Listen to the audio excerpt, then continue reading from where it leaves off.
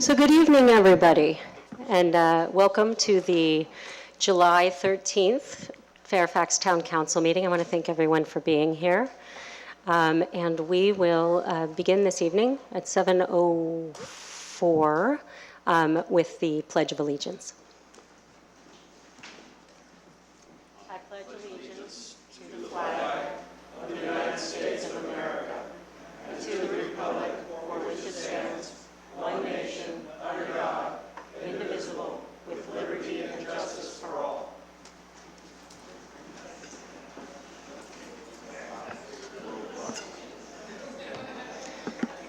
Madam Clerk, may I ask for a roll call, please? Yes. Councilmember Weinsoff. Here. Councilmember Kohler. Vice Mayor Reed. Here. Councilmember Lax. Here. Mayor. I'm here. And before we actually begin the meeting, I've several times decided to dedicate this meeting to someone or something that is happening in our world, and it would be, I feel as though I'd be remiss not to mention and to think just for a moment about what is happening in our larger world, understanding that we are here to decide the problems of our community, but we're living in a very divided time. We had a tragic week last week. I think we've accepted that we live on one side of a line or another side of that line. And my hope and what I would like to request of our community is that we start to look at that line as slightly more blurry. That if we were pastels, that we might look more beautiful and be more resilient were we to blur the lines between us and move forward, not along lines of race, not along lines of gender, not along lines of politics, but coming together, speaking with a more united voice will make us stronger. And I just wanted to acknowledge that is what's happening in a larger frame so that we can go forward working together as a community. So thank you for that moment and for your consideration. And we have just come out of closed session, and I am to report that we have taken no action and there is nothing to report from closed session. So going forward with the approval of the agenda, I would like to point out that we have a special meeting this evening. And so my proposal, if it will be the will of the council, is that we take up the special meeting items at the beginning of the regular agenda, so that's after consent. So I'll make a motion to approve the agenda with the concept of starting the special meeting first. Second. All those in favor? Aye. Aye. Aye. Okay. Motion Kohler, second Weinsoff, all in favor. So meeting protocols. The mayor shall maintain order at the meetings. The council and the audience are expected to refrain from using profane language and or ridiculing the character or motives of council members, staff, or members of the public, and to maintain the standards of tolerance and civility. So if you would please turn off or silence your cell phones at this time. We will then move forward into the announcement section of the agenda. So I am going to get up and make a bold announcement about something very important. Except I don't have it.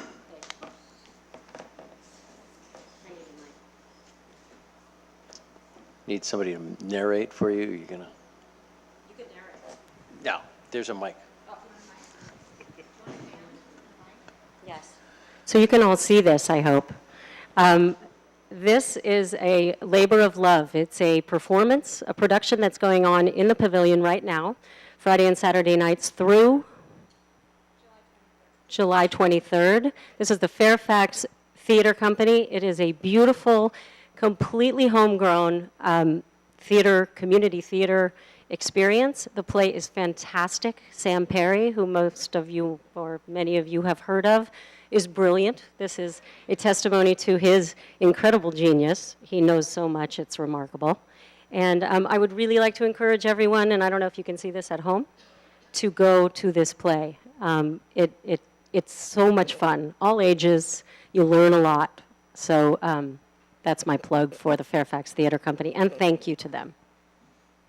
Can you put this down there? Thank you.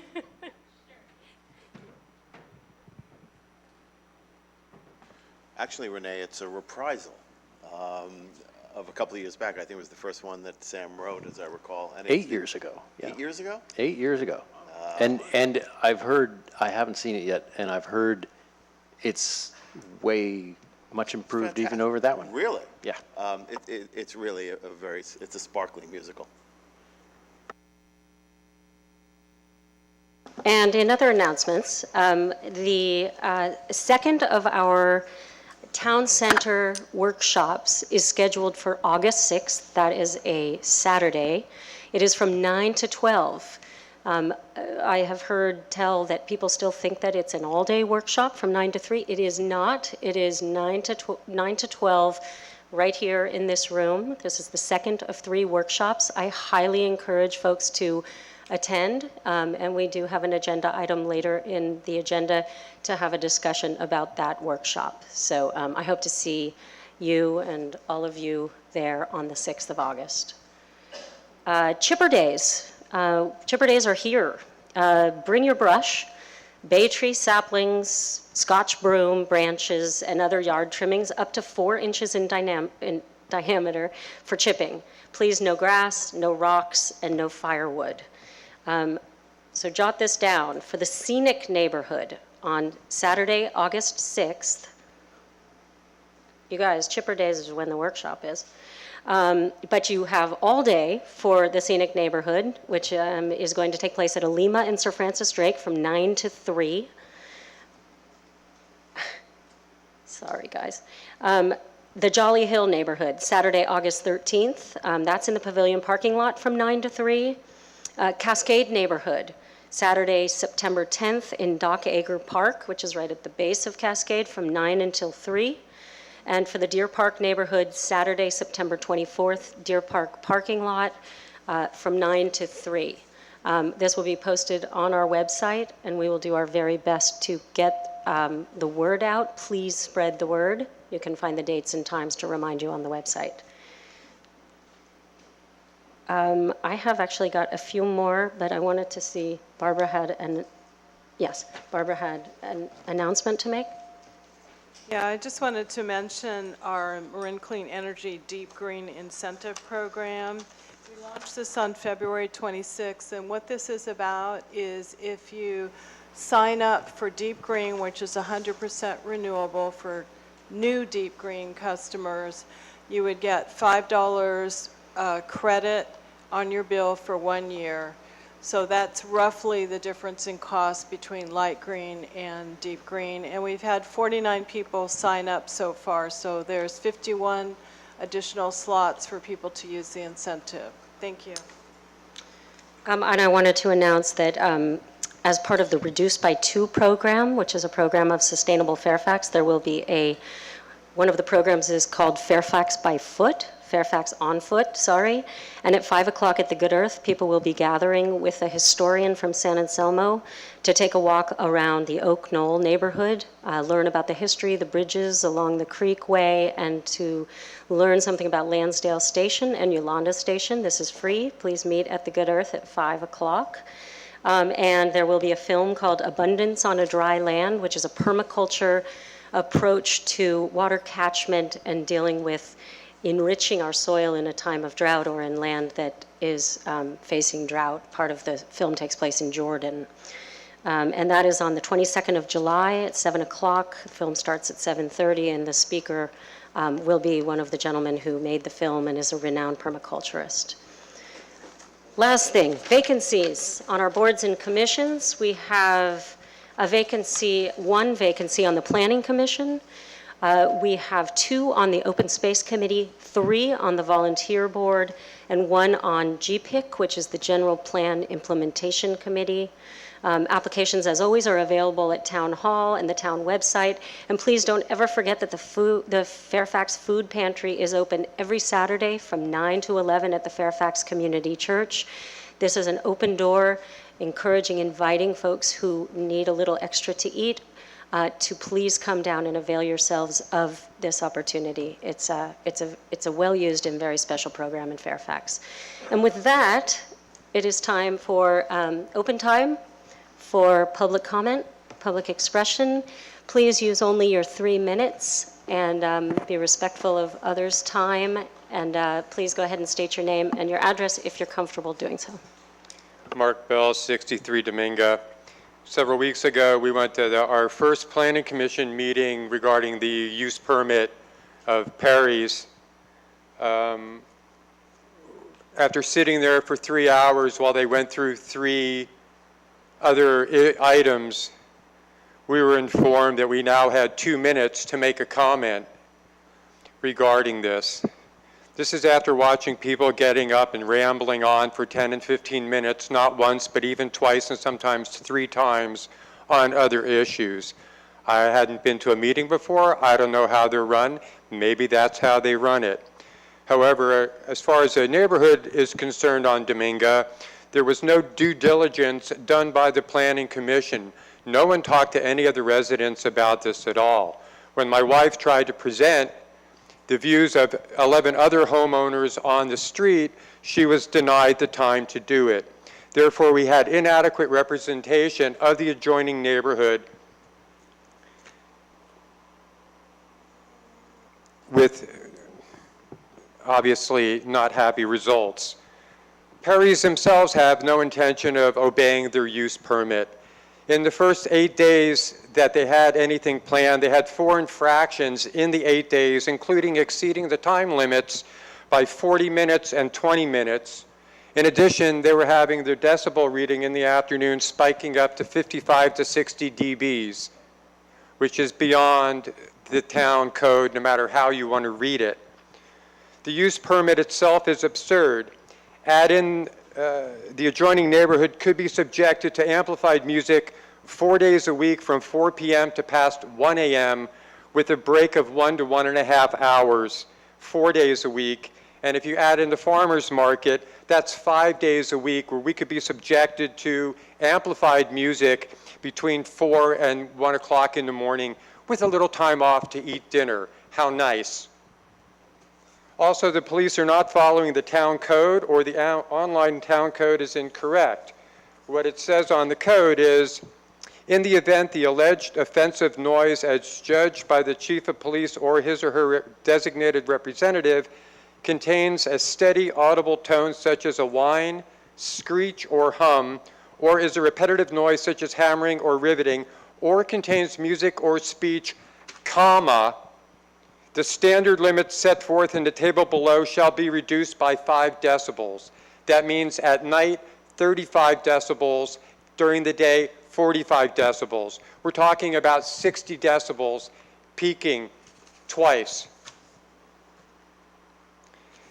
A lot of the people who support Perry's came and were like, oh man, it's the music, man. It's like the music. It's like Fairfax, man. It's like the music.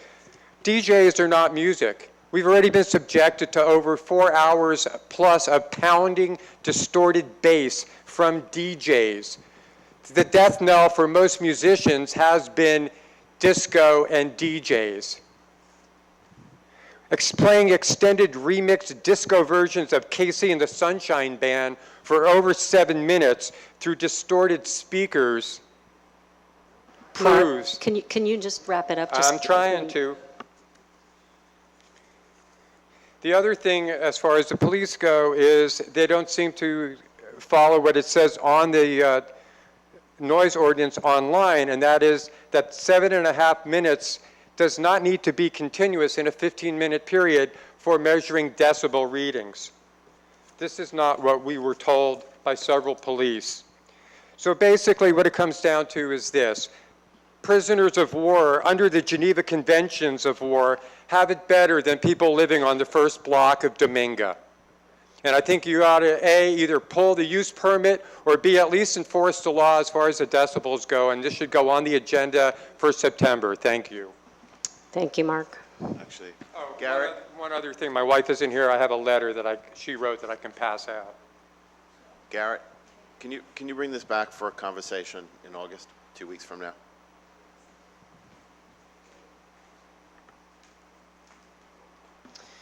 Hi, Jessica. Hi. This is a little bit about the parkade thing, and closing Bolinas Road. And we're wondering, does that include, it would be reducing driving lanes on Broadway from 2 to 1? I don't know.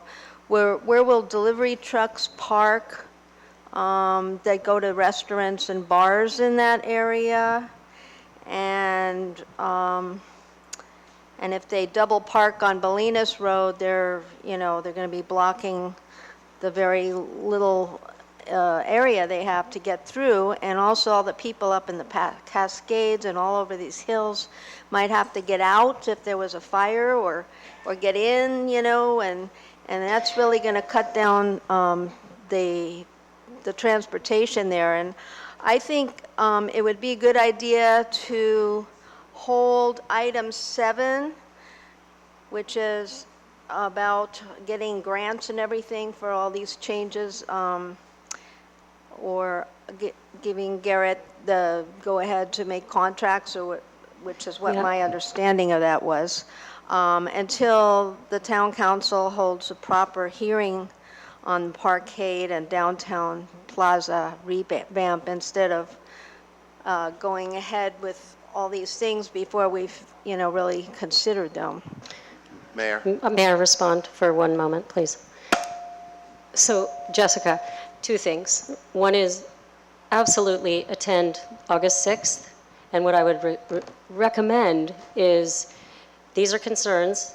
There are many people asking a lot of questions after the workshop. Please write those things down very succinctly and send them to Town Hall, to Mr. Moore, to double ensure that those questions are addressed at the August 6th meeting in a way that can be digested and that people will understand, because there are answers to those questions and there's clarification needed. Second, number 7, when we talk about that, we can have a discussion about some things and hopefully clarify some of the confusion and some of the questions that you raise. Okay. So thank you. And if you want to stick around for number 7, I hope we'll get to some clarity for you.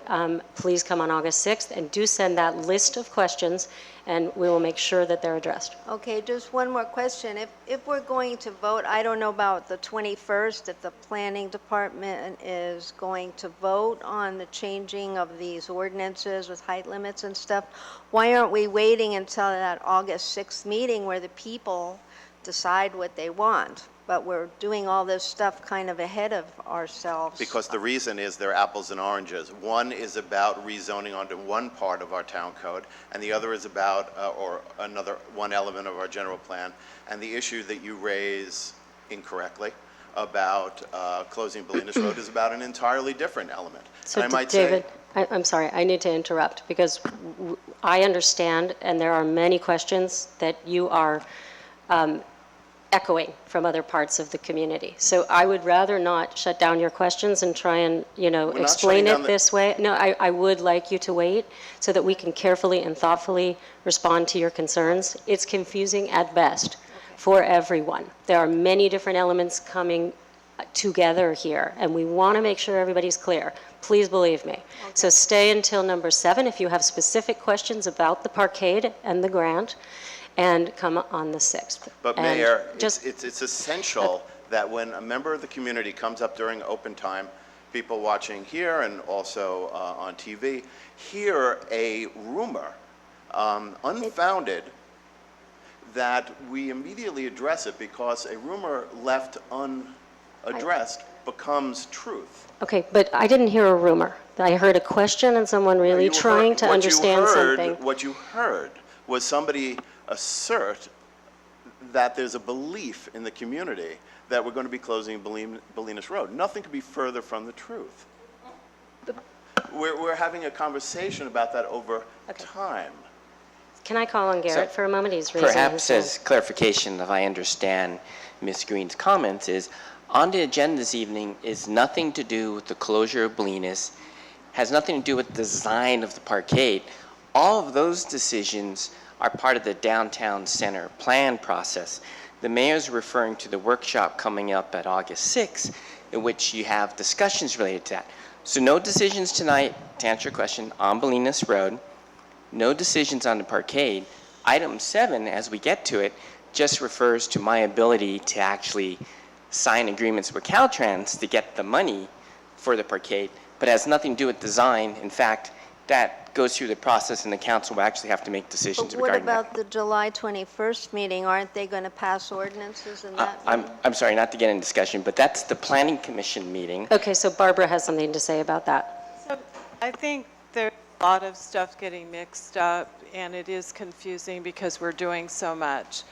I would just say, so what's happening at the Planning Commission meeting is they're considering a rezone of the downtown area from highway commercial to central commercial. That wouldn't change height limits, so that's a separate thing.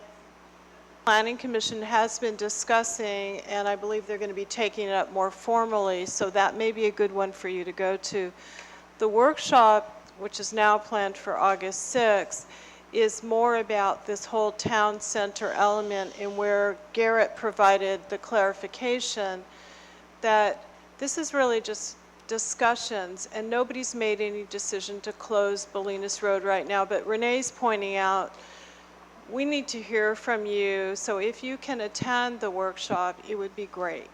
And if you can't, if you can provide your comments to Jim Moore, then we can understand them more clearly. So I know there's a lot happening, and there's been a lot of confusion. Okay, thank you. Mayor? Okay, John? Okay, I mean, this also applies to other people in the community who may be watching or maybe in the audience or whatever. If you have questions, the Downtown Center Plan series of workshops, the first one already happened, and at that workshop, a lot of, kind of a rough outline of what it was given, and then a lot of community input from there were about 80 people in the room, something like that. And people had comments and made them, and they all got collected and written down. And that comment period is still very much open, and that's what the mayor was trying to encourage people to do, is if you have questions, please send them in to our planning director, Jim Moore, and that'll all get rolled into a whole set of answers that'll be able to be more understandable and all answered at once at that August 6th meeting. So please, goes for anybody, send in your questions. Yes, and it is a work in progress, so thanks for sticking with it. Okay. Hi, everyone. Kirsten Asher, 3 Roca Drive. Been a Fairfax resident for almost 20 years. I, too, would like to request that item 7 on the consent calendar be continued. And, I've already heard what you've said so far, and so what I would like to add to that is that authorizing the town manager to execute grant funding with Caltrans for, the parkade, plaza, whatever you want to call it, it sends a message to the citizens of our town that the workshops that you just pointed out and the people attending and their opinions, do they matter? Because by approving this now, it kind of sends a message that you're going forward with the plan. So I want to clear that up, and I know that a lot of citizens in Fairfax are concerned about that. And it's a message, again, that, adds to rumor, right? So how do we dispel rumor? But I still would like to request that it be continued. And, a lot of people can't attend the workshops in the summer. So the concern there is why such a big... Can I interrupt, is that this is a time for things not on the agenda, and there is an agenda item that's going to touch on the workshop. And also item 7 is part of the consent calendar, so we can bring that up. Great. So item 7, I'm curious about the town manager. When the town manager gets So we're going to talk about that approval- when we get to that part of the agenda. Don't I have public comment here? Can I ask? So can I, just one moment. So Public comment, open time is to address things that are not on the agenda. Great. So what Okay, I've got it. heard from you and what I would love to do here, and I will ask at the will of the council, that we would pull item 7. That's what we do, so that we can engage in a discussion. At that time, we'll go out to the public, and the public can then comment and be part of the whole process. So that would be when to do it. And we will get to consent very soon. Does that All right, so I'll make end my sense? commenting rather than my questioning now. So my comment would be, we all have a curiosity around what the town manager has as far as power and decision. So I'd love to have that answered at some point tonight, other time, if you're taking power from one person and putting it to another person's hands, what does that mean? So I'd love to hear answers to that question. And yes, there's a lot going on, and there are layers to this. I understand that. We understand zoning's on the 29th. We understand about the workshops. Addressing this right now is important because of the message it sends. Thank Okay. you. Thank you. Okay. I like your shirt. Michelle Simonson, 52 Park Road. So if I have similar comments, I should wait with those? About a particular agenda item? Yes, about pulling item 7. Item 7, yes. So I believe, and we will find out when we go through consent, if we agree to pull that item, we will, I and plan then on we can pulling it, have a yeah. discussion about that, and that's when you would participate. Okay, thank you. Okay, thank you. Okay, any more public comment? Okay, seeing none, we will continue with the consent calendar. So, the consent calendar, can we review and see if there's anything anyone would like to pull or to make a comment about, and then we will proceed. Anyone? Surely, Mayor, you'll be reading the proclamation for which so many members of the Native Sons have gathered here this evening? Absolutely, and looking forward to it. And due to popular demand, I would... Peter, can you talk into the mic? Sure. Thanks. Due to popular demand, I would move to pull item number 7 from the consent calendar. Certainly. Why not move it to the start of the regular agenda? Does that make sense? Yeah, I think it Yes. does. Let's see. Was everyone in agreement with that? So we would take consent item number 7 and move it to the top of the regular agenda, prior to the special meeting. Everyone in favor? Or all, should we do this, do we need a motion to do that? Just I once think I you go just- through all the changes, someone can make a motion. Okay, to approve consent, got it. So move to remove item 1 from consent and item 7 and have them at the top of the regular agenda. So we are not removing item 1. Are you just... Well, you have to remove number 1 in order to read the proclamation. No, I think Oh, that's okay. part of the calendar, part of the agenda. Then, Well, yeah, we approve of you reading it. yes. Okay, thank you. Okay, then So just number 7 is what I'm hearing. Yeah. move Anyone to else, anything item on 7 consent? at the top of the agenda. Okay, excellent. Would you like to make that motion?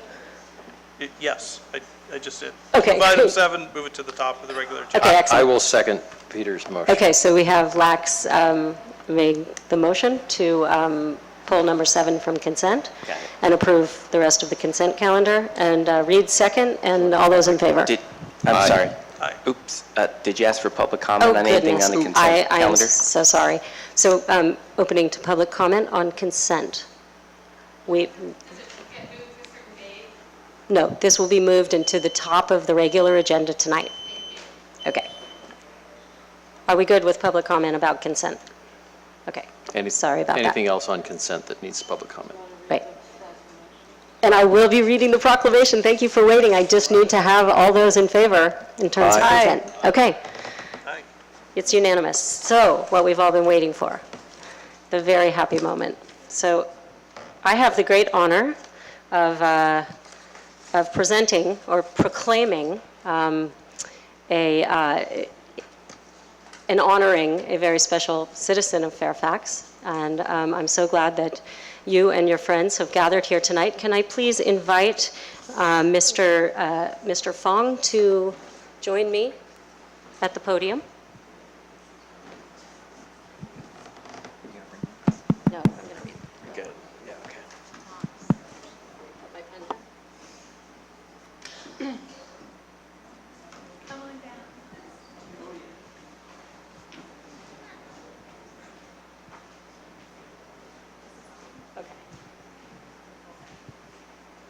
You're going to let me read it from there, all right?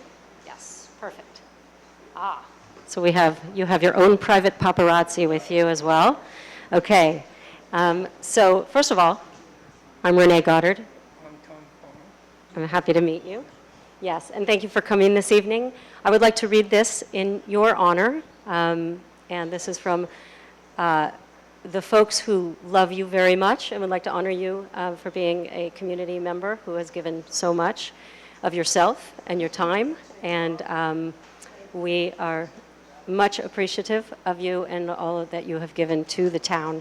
So in your honor, this is a proclamation from the town of Fairfax. And this is honoring you on your 80th birthday. Is that today? Oh, it was the 5th. Okay, well, a belated happy birthday to you. Okay, so whereas Thomas Fong is a lifelong resident of the town of Fairfax, and whereas Thomas Fong attended local Fairfax schools, and whereas Thomas Fong raised his 3 children in Fairfax, and whereas for 58 years, Thomas Fong and his father before him operated the Fairfax market, supplying all of Fairfax with friendly grocery service, and whereas Thomas Fong served his country as a member of the United States Air Force, and whereas Thomas Fong is a 48-year member of Fairfax Parlor of the Native Sons of the Golden West, and a past president of that parlor, and has been a constant contributor to its civic, charitable pursuits. And whereas Thomas Fong is a valued and respected resident of Fairfax, and whereas on July 5th, 2016, Thomas Fong celebrated his 80th birthday, now, therefore, be it hereby proclaimed on the occasion of his 80th birthday on July 5th, 2016, that the town of Fairfax extends congratulations and appreciation to Thomas Fong in recognition of his contributions to our community and to our town. And I think a happy birthday is in order.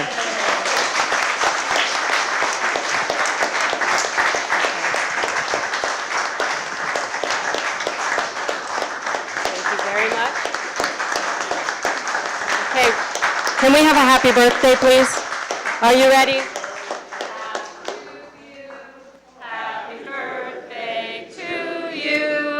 Happy birthday to Tom. Happy birthday to you.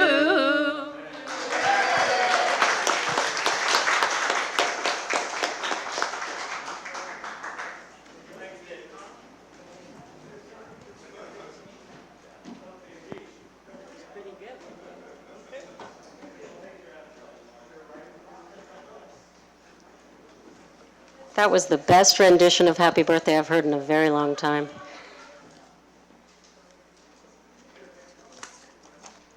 So moving forward we're going to go forward with council reports and comments. So beginning with Mr. Weinsoff, please. Just very quickly, attended the MCCMC Ledge, the MCCMC dinner, the Flood Zone 9 quarterly meeting, and as we've discussed, the town center plan.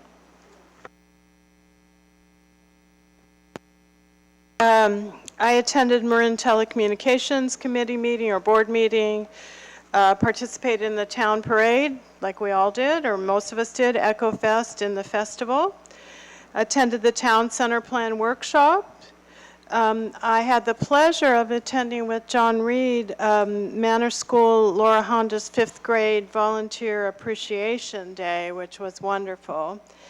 And then I also attended the Marin Clean Energy Board meeting. And just for people here or listening, the rates will go down for residential people approximately 12% in September. Now, that's really only about 50 cents. But one of the things we try to do on the MCE board is we're really sensitive to making sure that those rates are comparable with PG&Es, and to the extent that they can be less, that's what we strive for. And one of the reasons why they're not even less is PG&E charges some fees which are quite high for people leaving their system. So the good news is you'll see a little bit of a dip It's not going to be huge, but the great thing is you continue to get clean energy. And then also attended a Flood Zone 9 meeting, which David is our member, but I was interested to hear about that. The speech or talk, dinner at the Marin County Council of Mayors and Council Members meeting. I'm a board member of the Community Media Center of Marin, and those are the folks who film our meetings and many other government meetings. And also attended the other night the Fairfax Parks and Recreation meeting, and that's a wonderful group who does great things for our town, and I was talking to them about our Memorial Bench program. And then last night attended the Fairfax Climate Action Committee meeting, of which Bruce Ackerman, who's in the audience, is our chair. And so that's a group of people who are very energized to implementing our climate action plan. And also attended the Meadow Way Bridge Workshop, which was done a few weeks ago. Thanks. You were slacking this month. So, Mr. Lax. Sure, I don't have quite as illustrious a roster of meetings. I attended the Ross Valley Fire District Board meeting, and I also attended the Town Center workshop via the internet because I had to attend to my mother's health issues. And it was the first time I attended a meeting like that on the internet, and it simulcast pretty well. So many thanks, Damien, for your good work. That's And it? John. Okay, we got to get you to go in more of these meetings next month on the fire board. Yeah, I guess I've got a bit of a laundry list, but it's the paramedic authority I went to. I met actually with our mayor, Renee, about the BPAC thing. This is the bicycle, sorry, too many acronyms. The Bicycle Pedestrian Committee, and basically we're trying to sew that up and make sure that that's comprehensive so we can get ourselves lined up for grants for sidewalks and things like that. I attended a fire board meeting with Peter. I attended the biannual GPIC meeting, and I should say a note about that. We brought up, not everybody was in attendance at that meeting, but we brought up the possible sunsetting of that because a lot of its functions have been passed along to the various entities that have responsibility for that. So that's something that we're talking about. But we're going to hold another meeting before we decide that. Of course, going to the Fairfax Festival, like everybody, hopefully everybody went there because it's good. Let me see, the Town Center Plan Workshop, of course, and the Laura Honda's thing with Barbara, which was very touching. A lot of people contribute to our kids' education, and this was an appreciation of all the volunteers who do that. And the kids were really cute, the fourth graders, you know. I met with Public Works in San Anselmo around the Lansdale issues there. Lansdale Avenue has various issues with pedestrians, bicycles, everything, cars trying to use the same spot. A Transportation Authority of Marin meeting, one of those, and Council of Mayors and Council Members, a Transportation Authority of Marin Safe Routes to School subcommittee meeting where we're trying to figure out how to stretch dollars to do a lot of the Safe Routes to Schools funding as well as the yellow school bus things, finding money for that ongoing. And then the final TAM meeting I was not able to make, and Renee, our mayor, went there in my stead and handed me off the notes. So thanks. Okay, so I was gone for almost 3 weeks, which I missed you all very much. But more on that later. I did attend a town and Chamber of Commerce meeting, and we have a liaison committee where we meet monthly. And Rob Nye, who is the new executive director of the Chamber of Commerce, is getting off on the right foot, and we will meet again this week. So expect some updates about town chamber activities going forward. I wanted to talk a moment about zero waste. I did spend 3 days, literally 36 hours, doing source separation, meaning with my head in the recycling, the compost, and the landfill containers at the Marin County Fair. It was absolutely fascinating. And what it taught me is really we're going to get nowhere unless we stop using materials that are neither recycled or composted. It doesn't really mean anything that they are recyclable or compostable if it's not happening. So as you would have seen in the Marin Sanitary Quarterly Report, they talked about the first quarter of 2016, the market value for number 3 plastics through 7 plastics, which have always been kind of fishy plastics, was zero. The market value of those plastics was zero. So what that means is they collect them out of our recycling containers, and we feel really good about recycling, but they don't get bought, and so we're not really recycling them. So my plea is to reduce what it is that you choose to purchase and what you choose to throw away. This situation is not getting better anytime soon, but there's hope. So reduce as much as you humanly can, and don't just feel good about putting it in the right place. I met with John, and I just want to briefly sort of reiterate what John was saying about our bicycle pedestrian plan update. The Bicycle Pedestrian Advisory Committee came together. We made all kinds of changes, new ideas were put out. We have taken all of those things, sent them off to ALTA planners. They've incorporated them into the plan. We are now looking back at that. We're making very specific comments. We will call the Bicycle Pedestrian Advisory Committee back together to review the final details of that administrative draft. They will then bring it back to us in October, in September it's coming to us. So in September you will see that plan. It will come before council for approval, and we will have an officially updated bicycle pedestrian plan. And that's very exciting.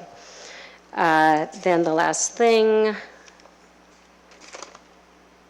is that I went and filled in for John at the Transportation Authority of Marin meeting. I actually got to sit in on the performance review of the executive director, which was actually fantastic, and it gave me an opportunity to see what does an incredibly hardworking ED do in order to put together all of the pieces that make up our transportation situation, for better or for worse. There is someone who deals with all of that. And they also talked about potential access improvement and the funding plan going forward with the third lane of the Richmond Bridge. And that is scheduled to open on, in August or September of 2017. So stay tuned, and John can keep us up to date because that is of utmost importance to most people in the county. And that's it. And we will go on to the town manager's report. Garrett. Sure. Briefly, I believe Councilmember Weinsoff and the Mayor asked me to report on the status of 6 San Gabriel Drive. Staff in the fire department actually been working with that property owner to address fire brush hazards on his property, mainly the removal of the tree and some other brush. The owner has been progressing. Fire will go out and re-inspect the property next week. They'll actually inspect the entire property. And what I can do is we continue to work with the owner to remove the tree. But what I can do is I can report back in August at the status and progress of brush removal and status of removal of the tree. And might I just request of staff that we keep the neighbors in the loop, and we let them know on a more consistent basis exactly what we're doing, what the steps are, where we're at. All I have are emails that specific neighbors send me. I don't have emails for the entire neighborhood. Well, so we get them periodically from different people. We do speak to the neighbors. Those appear to be happy, but we get new ones all the time. So I'm not too sure how to. Well, David and I got a pretty good onslaught yesterday, and I would really like for us to compile a list of those that are coming in so that we can at least report back to them. I was thinking on that, I think it's a good point. Why don't we ask, not to be presumptuous, that we ask Martine to either put together a list or to be the focus of distribution. And that way the manager can be assured of just sending stuff out to one member of the community, and it'll be her task as a next-door neighbor. So would you like me to communicate with her? Okay, I'll do that. Anything else, Garrett? No, that's it. Okay, thank you. So, we will move now to the public, but we do have the public hearing prior to the special meeting. We have number 7. And number 7 is at the top of the regular agenda. So we will go to the public hearing, which is listed as number 10, and then go forward? Yes? Okay. So we have the public hearing, which is an introduction and first reading by title only of an ordinance amending Fairfax Town Code, Chapter 9.28, which is social host accountability to add controlled substances. Garrett, could you please give us a staff report? Sure. As some background, back in 2007, the council actually adopted the social host ordinance to address community impacts related to the serving or consumption of alcohol by underage people at social gatherings. In essence, what that ordinance does, it allows the police department to cite the responsible parties with a citation. Moving forward, just this last year, and it's back in February and April of this year, the County, Marin, and City of San Rafael actually added amendments adding controlled substances to the list of issues that would qualify under the social host ordinance. Controlled substances are actually defined under California law. The only exceptions built into the ordinance is if someone actually has a valid prescription for whatever prescription they happen to have on them, or a controlled substance. And the other is if you have a medical marijuana card or something that demonstrates that you're allowed to have medical marijuana, then that would grant you the exception. Pretty much police chief's on board with this amendment. It would just give the officers one more tool to deal with such social gatherings. But with that, that's really the staff report. We added a red line that shows adding the controlled substances, some definition, and some other cleanup. But with that, available to ask any questions, we would just recommend you go ahead and conduct the public hearing after any council questions. Okay, Barbara. I think it replace it. I think mic. Is it me or is it the mic?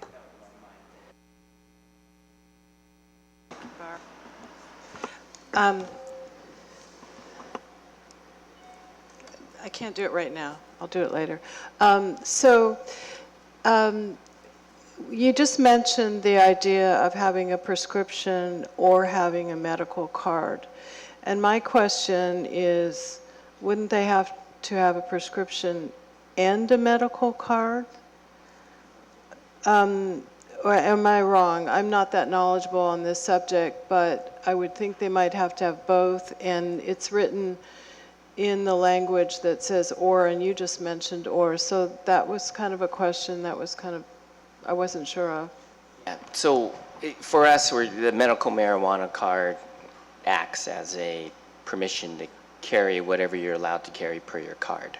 Okay, so if somebody just had a prescription, For something wouldn't, else. no, I'm just talking about a prescription for marijuana. Wouldn't they have to have a medical card too? No, I think the prescription would be valid, but I could ask the chief. Actually, what makes sense in reading this, Barbara, is marijuana, medical marijuana doesn't have a prescription technically. Under California law, it has a physician's recommendation, but a controlled substance does require a prescription. And so I think the reason for having prescription or marijuana card is to cover both.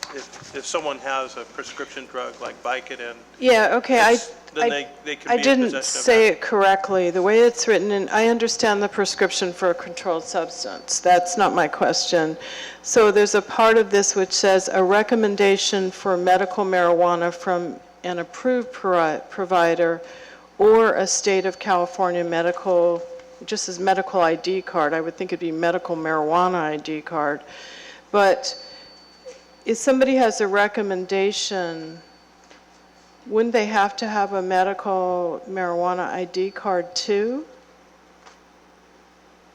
It seems like they'd have to have both. No? Janet's shaking her head. So you could just have a recommendation and be walking around with medical marijuana even though you didn't have a state ID card? I thought everyone had to have an ID card. I don't believe you have to have a state ID card. Okay, all right, thank you. Well, when we get to that, maybe I would suggest we'd call it a medical marijuana ID card, because I think that's the ID card we're talking about. But we can get to that later after the public hearing. Thanks. Okay, any other questions for staff?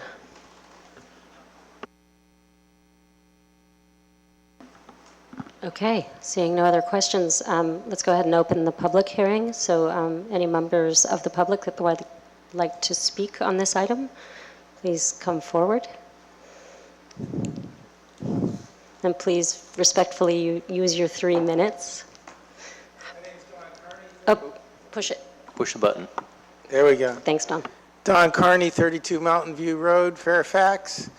I work for the YMCA. I run the Marin County Youth Court.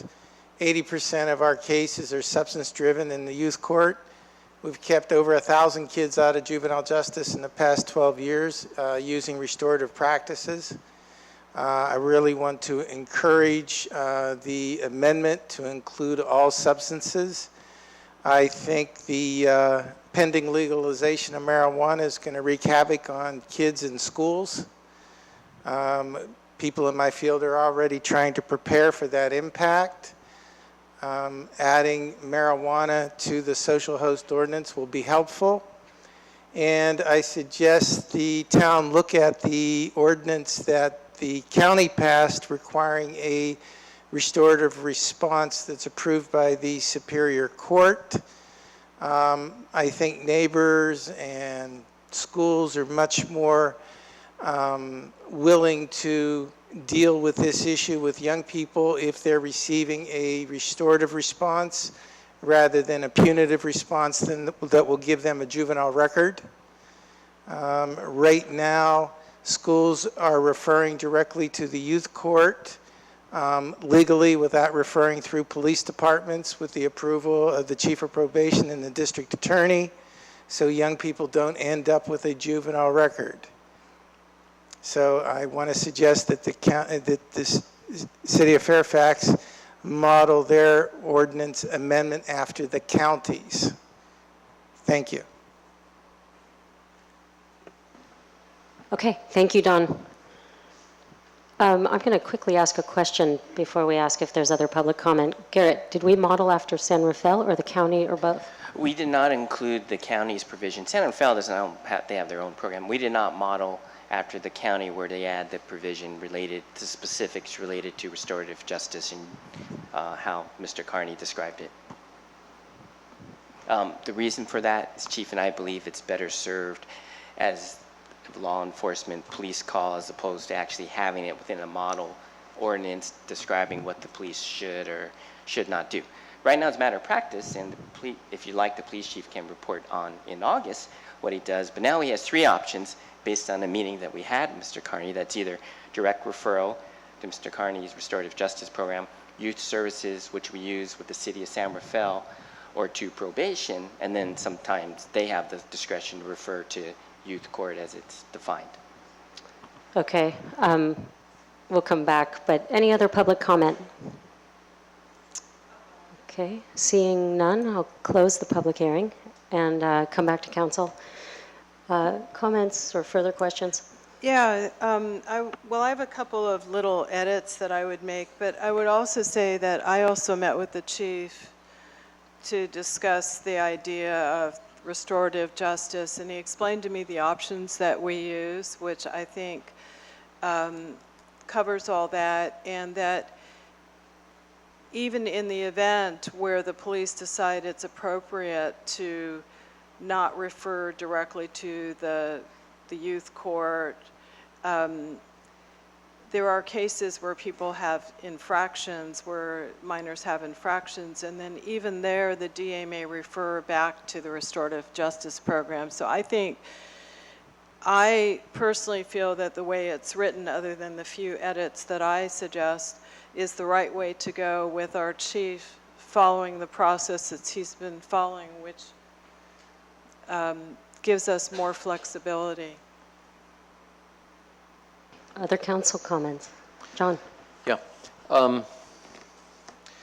Yeah, I didn't get the chance to talk to our chief of police, but I do know that the restorative justice program is phenomenally successful, and really there's some good arguments for it. So personally, I don't see why we're not following the Because we county's- already use such a program. We either go to the youth court through San Rafael, we can refer directly to Mr. But this is at the Carney. discretion of our chief of police. Right, which they do as a routine practice. How about this? Why don't we have the chief write up a policy? And then we can put it in our policy book. The chief has a policy, but more importantly, the council, as you decide, you know, if you reach a point where perhaps you're not a consensus or you don't want to move forward, we could always continue the item to August, and the chief could report why he does things, why he believes it's better, the current process. Right now, we have all three options available. Direct referral to youth court. The city of San Rafael has its own youth services program, or if we send it to probation, they actually many times send it to youth court, so it gets there anywhere. So we already have a policy. Yes.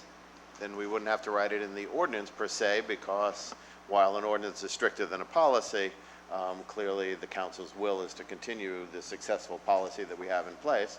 And if it should ever change at the whim of the chief or some future chief, we would certainly hear about it. But at this point, what Don, I think, was pointing out is that the county has a policy which directs these youth offenders, if you will, to the youth court. That is the policy. So I understand, I mean, what we have now is a list of choices in terms of, at the police discretion, which one they believe is the best one. And I think that's a great improvement, because now we have that as a third option. And, but the question would be, do we want to push forward and really make sure that these cases are going directly to youth court based on the successful model? And I don't want to step in any way on the chief's authority, because I would suggest obviously that don't we want to do would that. continue it so the That's chief what I- could be here to discuss it. I think that it's probably the best option. Yeah, I thought that he might be here tonight as we were going through No, this. actually, I indicated he has to be here next month because he has about 4 items on the Oh. agenda. So I just thought Okay. it'd be better. Mayor, if I may? Yes, please, Peter. I mean, I appreciate Don's discussion about youth court and restorative justice, and that's great. And I served as a youth court judge on numerous occasions, and it's a very powerful program. But I think we're getting a little off focus of what this ordinance is. What this ordinance is, it's a social host ordinance. It actually holds the parents liable for hosting a gathering where underage children are drinking and now using controlled substances or marijuana without a medical marijuana card. So we don't really need to bring in Peter, a discussion. Garrett's indicating that we can't hear you, so you need to speak more closely.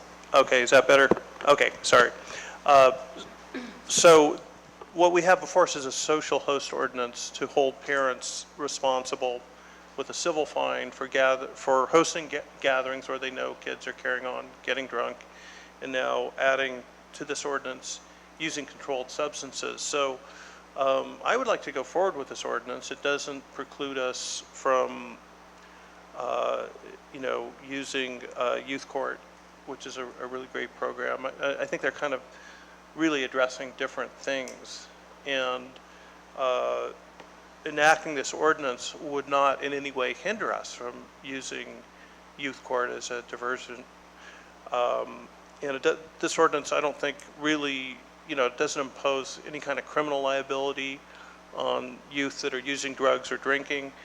Again, it's a social host ordinance addressed to the parents hosting. So I think they're really parallel tracks that don't touch, but they serve the same purpose. They go in the same direction. So I'd like to see this enacted, and if there's some editorial changes to make it a little better, then maybe we should consider those, and hopefully we'll enact this tonight. Yeah, I would just like to add that I think Peter's made some very good points, and that that is what this is about, and this is Marin County. And we need to add marijuana and other things to underage social hosting. I would also say I think Peter are excellent and right on point, so I would like to pass this tonight. I'm wondering if I can give my couple of edits and find out if they're good or bad. So I'm looking at attachment 2, which is the ordinance, not the red line version. And on the first page of the ordinance, the last whereas before the now therefore. On the second line, it says ordinance are served by extending its provisions to apply to unruly social gatherings. Elsewhere, it has the words loud or unruly, so I think we would want to add that. And then down in the legislative purpose, the second line from the bottom, it says where alcohol or controlled substances are consumed by, I think we've used the term alcohol and/or, so I'm just looking for consistency. And then I think I have one other suggestion, if you're there. Okay, so I'd move to page 3. Under controlled substance, the last line says, or a state of California medical ID card. I think it's a medical marijuana ID card. Yeah, that's the language elsewhere too. Yeah, so those are the only corrections, what I consider corrections, just for consistencies. That's all. I'd also like to add something, and I'm not sure where this would come or how we would represent this. And that is that when the Ross Valley Healthy Community Collaborative first began meeting and we talked about social host ordinances, which San Anselmo was crafting their first one, the chief threw in an idea that possibly any of the money that's recouped through these citations would go into some form of a special fund that would later go to drug and alcohol prevention or education or funding some of the groups that are doing some of this hard work as nonprofits and or really generally volunteer groups. And so I wanted to bring that to the table and see, it's a nominal amount of money if you're looking at, if you're looking at a for-profit business, but if we collected 9 citations, is that my mic? It's the mic there. Oh, I'm too close. So if we, can you hear me now? If we collected 9 citations worth since 2012, the first citation being $750, the second $875, and the third $1,000, I don't know which these are, that's about $7,000, which is $1,700 per year. I think that would be of great assistance and benefit to our programs going forward. And I don't know if that would be noted, where that would be noted, or whether people agree or disagree. But I wanted to put that out there and propose that we do that. So administratively, we can do it. It's obviously more tracking. Generally, it goes into the general fund, and then you make decisions how you want to allocate funds. What happens right now, it falls into the citation line item. We would need to add to the budget a specific line item that says it for this, so you could track it. We haven't issued any since 2015. So it seems like a lot of work for something that's general fund, and you could choose to allocate funds as you deem appropriate, because what you're talking about is developing some type of policy to determine what this fund can be used for. And I definitely wouldn't put that in the resolution, in the ordinance, because that makes it that much harder for you to change. Of course, obviously, if that's the approach, then that's fine, but you're going to have to noodle what those funds should be used for. Okay, so what does everybody else think? I think that probably what we should get is on a yearly basis for the chief to let us know how many citations he issued for this, how much money I mean, as long as it's not a lot of tracking, because he seems to know how many citations got issued for social hosts. And then it would just come to the council to decide what we would want to do. I don't think we should set a general policy, but it may be that one year there's a wonderful program out there to help, youth that have problems with drinking or controlled substances, and we may decide one year that would be a good use for the money. And one year we may have no money. Anybody else have thoughts? John? I think it makes sense definitely not to put it in the ordinance, just because, I mean, you're going to add probably as much work and the cost of tracking this as a large percentage of, now this mic is doing it, the feedback thing. And I think that's definitely has merit. I mean, I think we should definitely look to funnel this money back into the community, but I think that we can do that as a council in appropriating our budget, especially because just from if the past host ordinance, I mean, maybe this will receive an uptick before the parties go down and then there's less. But there hasn't been that much generated from the past from these fines, and we can certainly give that much or more to this effort, which I think is appropriate for our community.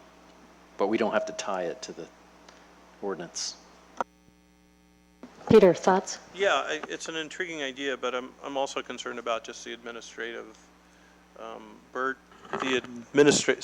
administrative burden of administering us, what may or may not be a very significant amount of money, and I don't know. I like the idea of a fine going to serve a specific purpose, earmarking it, but I'm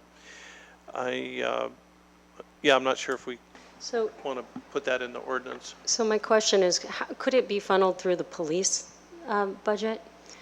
What we would do is part of the budget process, and I just let our finance director know, we will let you know how much money you receive from citations, and in the budget process you get allocated any manner you deemed appropriate. Well, so that's what I'm actually sort of responding against. And that is that I think that if we just bring it to council as council changes, then maybe that's not a priority for people to fund, a speaker coming to talk about, rehab for marijuana, or possibly, what happens with recreational marijuana. That might not be a priority of a council, but that's why in a policy, I think, I'm hearing all of the constraints and what could become hardship, but I'm afraid of that money just continuing to get funneled. You may tell us at the end of the year, and then we have a discussion in the budgeting.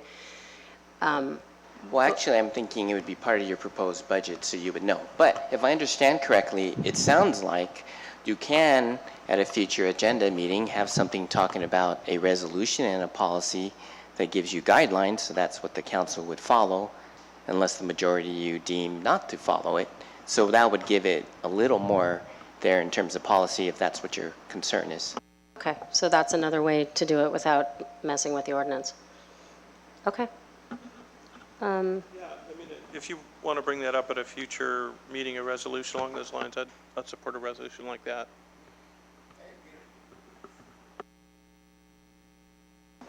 I'm going to call for the motion.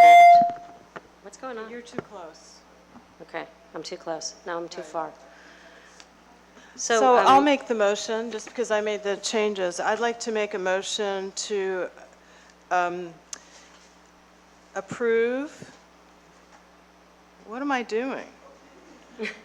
I don't even see it in front of me. Under recommendations, you're introducing and waiving the first reading. Introduce and as waive. amended. Thank you. I'm lost. Introduce and waive first reading and read by title only an ordinance of the Town Council of the Town of Fairfax, amending Fairfax Town Code Chapter 9.28, Social Host Accountability, to add controlled substances with the edits that I suggested in the meeting tonight. I'll second. Okay, we have motion Kohler and second Lax. All those in favor? Aye. Aye. Okay. So now we will open the special meeting, which, do you still have my papers? Okay.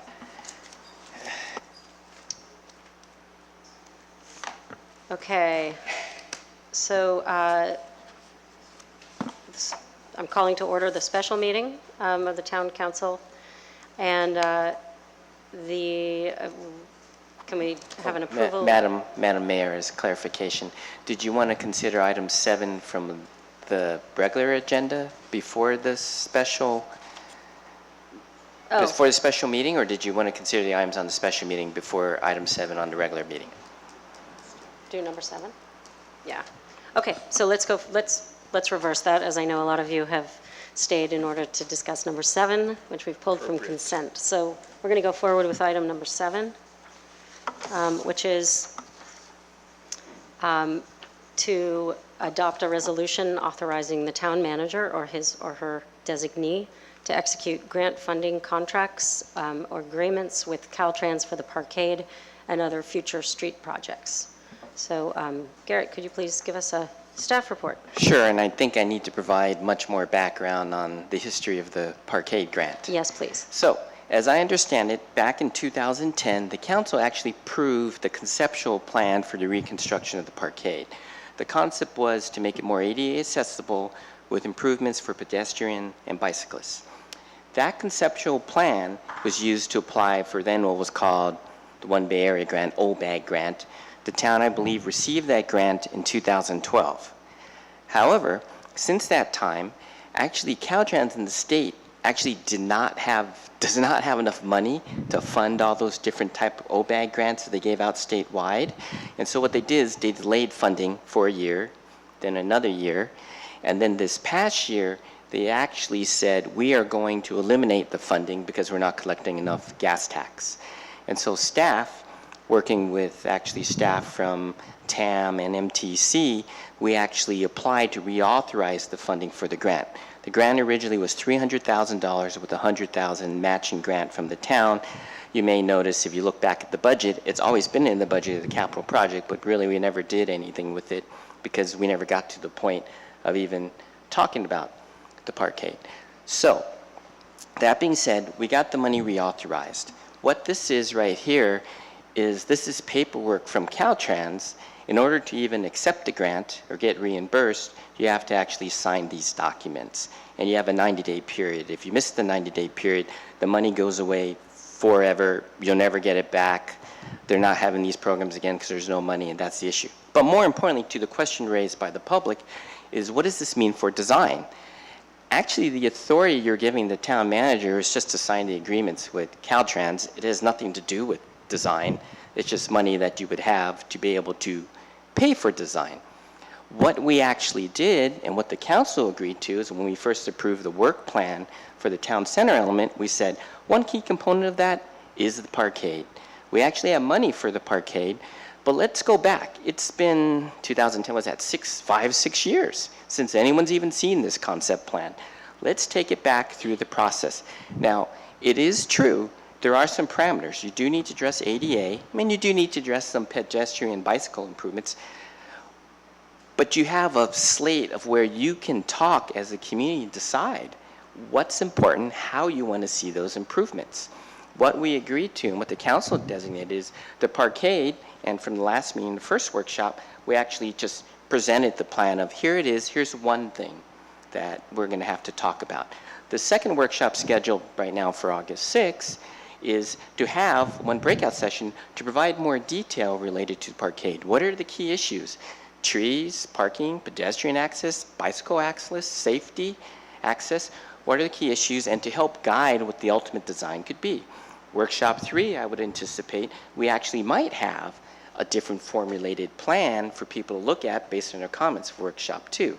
However, even with that being said, the council ultimately would have to approve what I'll call a final schematic plan for the parkade.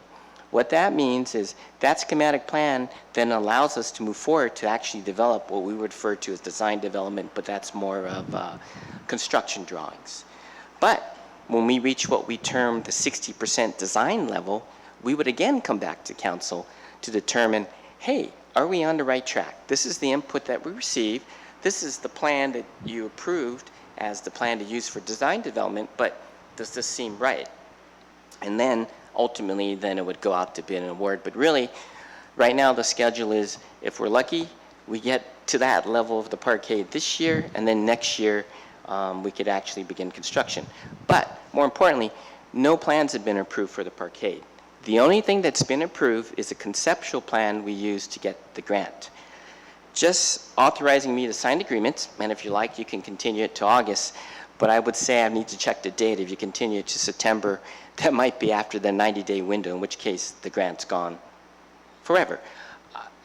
If it's better for the community, continue it to August. I could do a more detailed staff report that just indicates, really, we're not approving, the council's not approving anything at this point. Staff can't approve a design. In fact, I can't even enter into a contract with someone because they're going to cost more than $15,000 to design this thing. So again, that would also come back to the council. So I'm trying to really reiterate that there is no plan. Staff doesn't have the authority to design anything. The game plan is within the workshops that we would have that discussion. If the council decides, and originally you decided that it's better within the workshop process, because parkade obviously is a key improvement for the town center plan, you could drive it as a separate process. You could have the workshops and then have separate workshops on the parkade. Obviously that's more time commitment, but that's fine. We know it's an important project. We know we're not doing anything until we get lots of public input and the council is able to determine what's the design that we should move forward to. So again, these documents are something Caltrans requires. I can't sign any Caltrans documents without this official resolution that specifically identifies the project. I try to make it more generic so for future street projects, at least we could accept money, but typically we had to do this for the bridge projects. We had to actually do it twice for the bridge projects in order to get that money. But again, that just gave us design money in order to start the process to get all the feedback. It doesn't mean that you've actually approved any design. So I think I've sort of reiterated and probably said some duplicative statements, but that concludes the staff report. Okay, thank you, Garrett. Any questions from council? Well, if I might just make a comment, thanks, Garrett, for that, long and thing. Being that the council member that sits on the Transportation Authority, which is where this money funnels from. I have, some experience with the many layers of bureaucracy that's involved with transportation funding and Caltrans and all this stuff. And it's true, they make you jump through innumerable hoops, and you've got to hit the right hoop at the right time to keep your hand in. Larry Bragman originally got this money for the parkade. I've replaced his spot on the Transportation Authority, so I've been also trying to keep our hand in there. It's been canceled a couple of times. We've gotten it redone, but the design's not locked down. We have a preliminary, as Garrett said, we have a preliminary design that the community has had some input in. The community will have opportunity for more input into the design, but in order to keep our hand in order not to lose this money into the California's general fund, you have to jump through these hoops periodically. And I can appreciate, Garrett, why you'd want to look down the road and say, well, we're going to have to jump through these same hoops later for anything that, they're funding for sidewalks or whatever, and putting that language in there. I think that, unfortunately, that kind of clouded the water a little bit and said, well, we're trying to set it up so we can do this fast, and maybe that's not wise, but I certainly see the reason why for this, and in fact, that will apply for other situations in the future, too. Okay, thanks, John. Any other questions? Go ahead, Peter. Garrett, how much are these grants that you're talking about that you're trying to obtain here? So this is phase one. Phase one is $45,000. We have a 25% match, And then the total grant is 300,000 with 100,000 match. So total project would be 400,000. Actually, we think design might cost more than what we budgeted, but this is just really the first phase. And are there any strings attached to these grants, or is it just, you're just reserving Actually, the money? because we've waited so long, no. Okay, well, maybe that was a good thing. And then these grants initially that you're trying to obtain, would those be funded to us now, or would they just be reserved monies for later on when we go forward with an actual plan? Or would they actually give us money now that we would hold in our general fund or whatever? It's only reimbursable, so you have to spend it, and then you submit paperwork to get reimbursed. But you can't get reimbursed unless you submit this form first. And is there any deadline for spending that money? If we get There are some deadlines, but if it's going to be whatever, you have lots of time. You know, like for bridges, is off the top of my head, bridges, you have 10 years. Okay, so that would, grabbing the grants now would allow us to have the money and would have plenty of time to incorporate any kind of community input. Yeah, we're and plans anticipating, to- we've allocated a year for the community input and design process. If it took more than a year, that's fine. Okay, thanks. Barbara? Yeah, so I just want to clarify again what you said is the original money was not available, but John looked, I think with some help from you, to find these additional funds so we could fund the parkade work.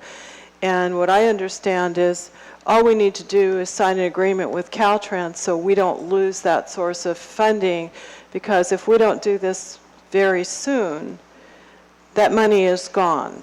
And we don't have the money in our coffers to do this. And I think all of us who've walked through the parkade have tripped on a few, you know, it's a mess.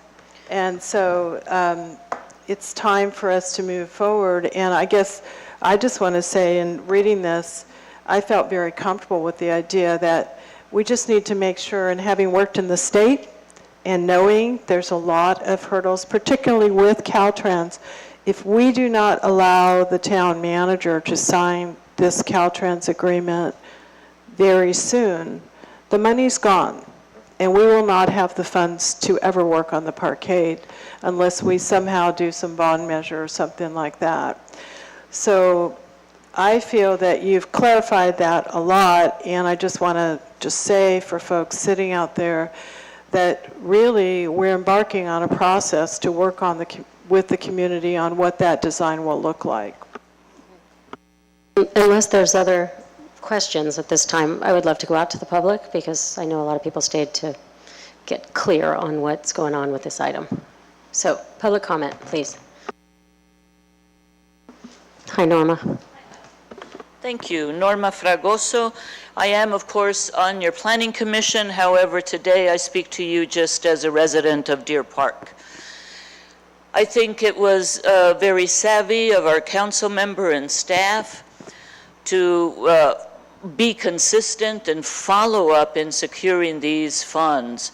I've worked with Caltrans, with the state for many years, and that's the way it goes. Things run on parallel tracks. On the one level, you handle the bureaucratic paperwork that Caltrans and the state require, and on a parallel track, you move forward slowly to develop those design concepts. Garrett's absolutely right. There is nothing that can be done without first coming to the town council for approval. At 20% design, at 60% design, at 80% design. And I encourage you not to postpone this project, particularly because we're interested in going back to the community to solicit input about the design concept that people want for the parkade. And if we postpone it, we could run into the problem of losing these funds. And in this day and age, the loss of $400,000 would be just unbearable. So I encourage you to move forward, grant the town the authority to stay in the game while we develop those drawings with the community's input in mind. Thank you. Thank you, Norma. Any other public comment? Hello again, Kirsten Asher, 3 Roca Drive. So I understand hurdles. This is great information. So I want to clarify.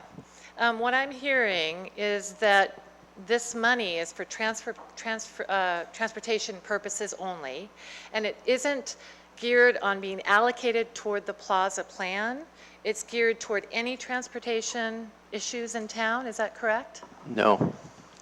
It's only for the parkade Okay. itself. Parkade, does that include the plaza that's being planned on 123? I mean, No, Venus? the Not at all. parkade is It's just just- that island of parking. Oh, I'm sorry, it's just yes, it's the parking lot and surrounding Yeah, area. where all the Yeah. cars It's some park. sidewalks, some crosswalks, Great. some And, bike lanes, Wonderful. some ADA things. Okay. Yeah. And then if you did delay this till August, what would you be telling us? Just further, All I would probably do is write a more detailed staff report that just summarizes what I said. And would that cause you would it be a problem in the deadline process, or? Not to engage in the back. It's really up to the council if they want to continue to August. Really, staff, we do whatever the council believes to be in the best interest of the community. Wonderful. I just like to see things on paper and for the public to actually read. So there's a legal, way of referring back to it instead of assumptions. That's all. Yeah, it's called the transcript of this hearing. Okay, so we can use the minutes in this hearing as that. Absolutely. Fantastic. Okay. Can I intervene? So Garrett, do you have the timeline? Do you have when the deadline is in front of It's you? 90 days from some date in June, so if you go to July, August, September, the latest you could do it possibly would be the council meeting in September. So if it was done in August, which is in 2.5 weeks, would there be any hardship in terms of any risk of loss or not being No, on you wouldn't time? lose the funds, it would just be, there'd just be more staff You work would just for add the- something to the What staff do we gain report. from that? He's gone through this, he's explained it 3 times, I think. It's in the ether, and David? now, hold on, it's also stated. If you want, I want to vote on this tonight and get this moving. If we want, Garrett can write us or the town, a memorandum succinctly stating everything he said 3 different times that conforms with what he's just said on the machine, and then the public will know that it exists. Delay, delay, delay. I think that what John said is exactly right. When you're dealing with Caltrans and the moment is here, and there's no prejudice to the community, sign the darn thing, move it forward. Any other public comment? Are you finished? Yeah, Or I did just you have will more? reiterate, and I hear you, David Weissman, I hear that you have an opinion, but the public also wants more information, and we just heard this information about 3 minutes ago. Thank you. Okay, any other public comment? Okay, yes? I still like your shirt. Thank you. That really did help clarify things a lot. I guess the reason that we were just curious about the idea of waiting a couple weeks is because we did just all hear about it today and haven't had a chance to really look at things. And so I just am concerned that if this gets signed and then if then later on it turns out that there are, oh, well, sorry, because this has been signed, we do have to do this and we are obligated to do that. I just wanted to make sure that that didn't happen. Okay, much appreciated. Garrett? Oh, I thought you wanted, yes, please. Okay, Bruce. Good evening, Bruce Ackerman, and I am also on the Planning Commission, but I'm speaking as an individual. It sounds pretty clear to me that this is, as Garrett said, it's a pretty simple issue. It's a matter of getting this money at this point, doing the next step that's required, that if we don't do it, we lose it. And that, for one thing, that is not, it is just, this is just reiterating, but we've heard it, as Councilmember Weinself said, we've heard this. But to reiterate, for one thing, it sounds like this money is not specific as to what the design would be, and the design for anything that's done is going to come before the public, before the council in multiple ways. Secondly, this money is specifically for the parkade, so it's not for a wide variety of other possible things. And I think there's just a lot of things that are getting confused and mixed up, especially since that first public workshop on the town center plan, which it just really seemed to have left an awful lot of people very confused about what is even being talked about. But most everything that was talked about that evening is not what this is even about. This is about fixing up the parkade, the existing parkade that already exists. We all know where the parkade is. It's a parking lot in the middle of town. And it needs things like ADA access and bicycle access and pedestrian access to be improved. I don't think there's anything even controversial about it, but it also hasn't been designed in detail, so it will be. But we should just get the money. We shouldn't put it off. We should just move forward. Okay, thank you. Okay, thanks, Bruce. Any other public comment? Okay, seeing none, let's bring it back to council. Mayor, with Bruce, Norma, and John's comments in mind, I would move resolution next in order, a resolution of the Town Council, Town of Fairfax. David, I need to call for a motion because not everyone has had an opportunity to speak. Okay? Anyone have anything to say? Excuse me. I'm fairly satisfied that this, is limited in reading the language of the resolution. It's limited to the specific agreement related to the parkade.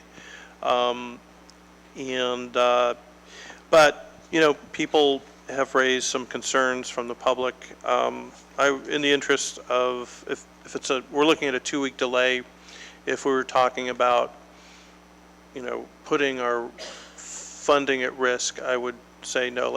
I feel comfortable going forward with it. But if it's a 2-week delay, I would be in favor of continuing it to August to allow any other input and allow members of the public to satisfy themselves. But, only in the interest of that. I do think that it is appropriate and limited only to the purposes which Garrett has said, to reserve the funding for these grants. Okay, thanks, Peter. John? Yeah, I think I agree with Peter. It is limited to only this project, things like that. And I should probably speak in general to transportation money. It's not a big basket of funds that you can use for whatever you want. It has very specific things. In order to even get this awarded originally, it had to be restricted to just the parkade. Since that time, we've had a preliminary schematic design that Garrett was referred to. We approved in 2010, 2012, 2010. And that was kind of like, okay, there are, if you walk across the street at Klaus Drive, you know that it's difficult to cross there. You have to be really aware because drivers can't see you. That's one of the problems that is listed. The fact that there's no sidewalk, you have to walk in the Broadway when you're getting out of a car that's parked along there, that's a problem that's listed. If you're in a wheelchair, you can't get around the way up there, that's also a problem that's listed. If you're pedestrian crossing, you can't find your way through the other side of the parkade, that's also listed as a problem. And this is what it is dealt with. Okay, and that has all gone to Caltrans, and they've looked it all over in their wisdom, and it's gone through their bureaucracy. Now the ball's back in this court in terms of their funding for this, and it's just this, head-banging bureaucratic process that you have to go through with Caltrans, which is, it makes you want to tear your hair out, but if you have a lot of patience, you can deal with this, and that's what we do here. And so this is part of that process. I'd be happy with some kind of a memo written up for the public to that effect. At the same time, I don't see the funding threatened by waiting 2 weeks. So I could go either way on that, but I really think we need to get this signed. Okay, Barbara, anything? Okay, well, I'm going to say that I absolutely agree with every single thing John said. And I could go forward because I have done my homework and I've seen what it means to be required to have a conceptual plan and what that actually means today. And what we're doing with this is very clear and simple, and I totally agree. It's non-divisive. But Having said that, I think that you are right and that you stated that this is the first time you've ever seen this or heard this explanation. And I think we've learned that you're the only ones that showed up, but I know there's a lot of other people. So what I want to request of all of you is that people don't run home and post on Facebook all kinds of stuff that then when we go through to do this, to procure and secure this, that we don't find out that we are now, the buffoons of next door. So I request that for whatever it's worth. And I am happy to make sure that that staff report be clear in a short background of what this is, and so that we can move forward at the August meeting so that we are secured in acquiring funding so that we can make this place work. So I don't know if anyone wants to make a motion? Yeah, I'll make a motion to approve resolution next in order, a resolution of the Town Council, the Town of Fairfax, authorizing the town manager or his or her designee to execute grant funding contracts and agreements with Caltrans. Okay, is there a second to that motion? I would like to make a different motion. Okay, so I think what we have to do is if there's no second, then, is there a second? Okay, seeing none. We then, correct me, Janet, can we entertain a new motion? Okay, so I'd like to... Or Councilmember Kohler could ask for a friendly amendment to the first motion.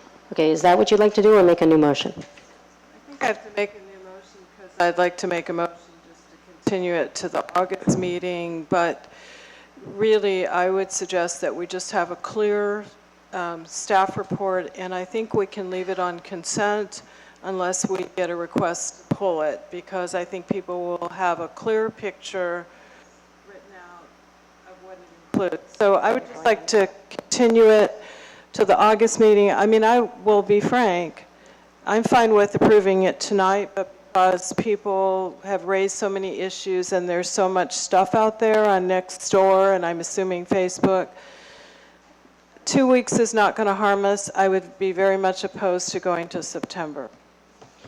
So is that would you formulate that as a motion? My motion is to continue it to the August meeting. I'll second. Okay, all those in favor? Oh, Aye. hold on. John? I was just asking Peter if, as part of his second, he was going to require some staff report. I already did I think that. Barbara added that we would have a staff You have that report. as part of your? And that okay. it would be Then on consent. I'm in favor. Aye. Okay, so all those in favor? Aye, and all those opposed? No. Okay, so we have a motion, Kohler, a second, Reed? Peter? Second, Lax. In favor, Reed, Goddard, Kohler, and Lax, and opposed, Weinsoff. Is that clear? Okay, thank you.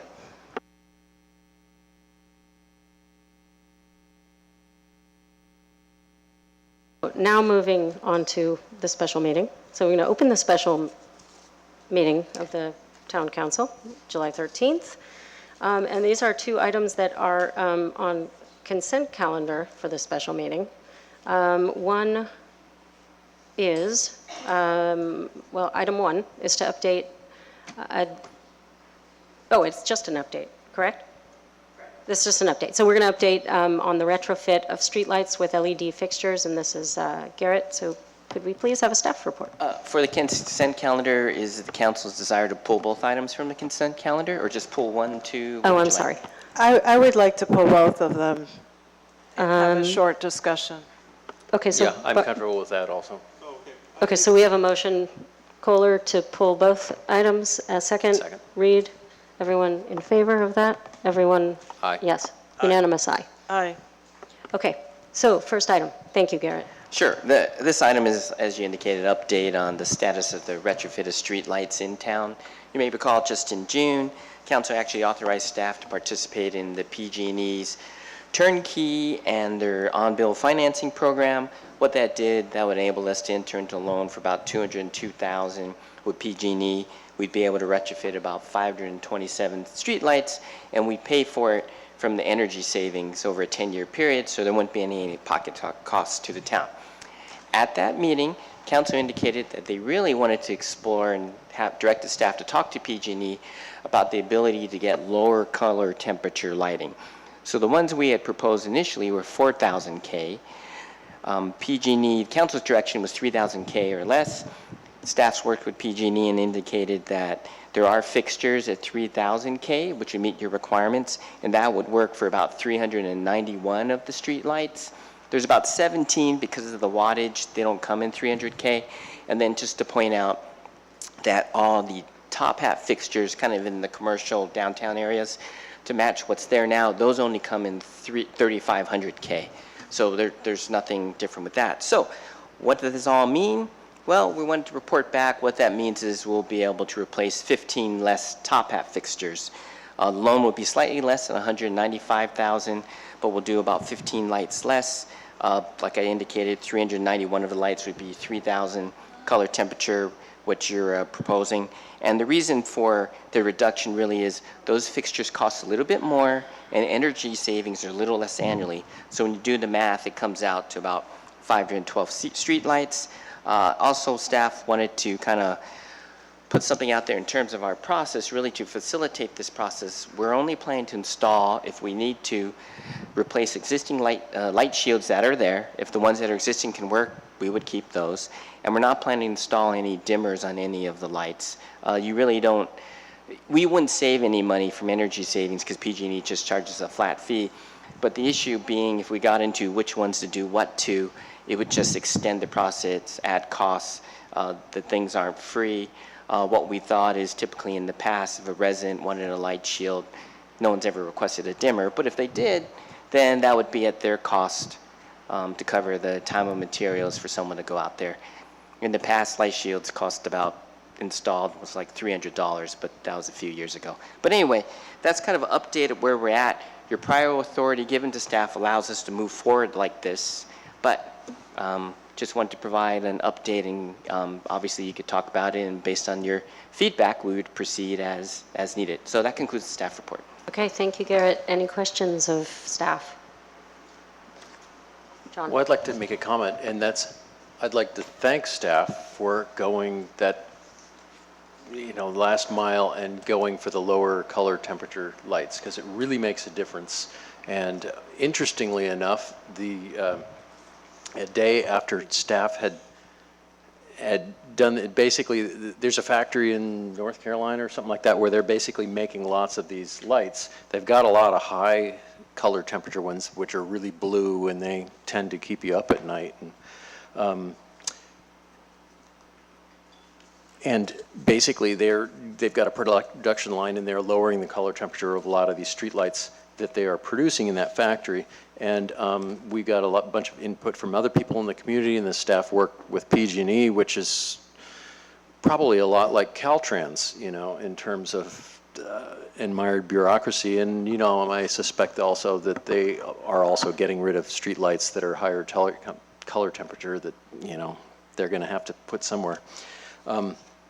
But at any rate, the day after, we got the good news that we're going for these lower color temperature things. The AMA, American Medical Association, came out with a report saying that higher color temperature lights had all this sleep disorders and stuff that they caused, and the city of Davis had to tear out a whole bunch of lights and replace them at their own cost. On CNN reported from their science bureau. Yeah, it was interesting that the timing was good on that. So at any rate, I'd like to thank staff for going that extra mile and doing that, and putting up with my holding up the meeting last time for 40 minutes to try to get it lowered to 3,000. So hooray. Thank you, John. Any other questions or comments?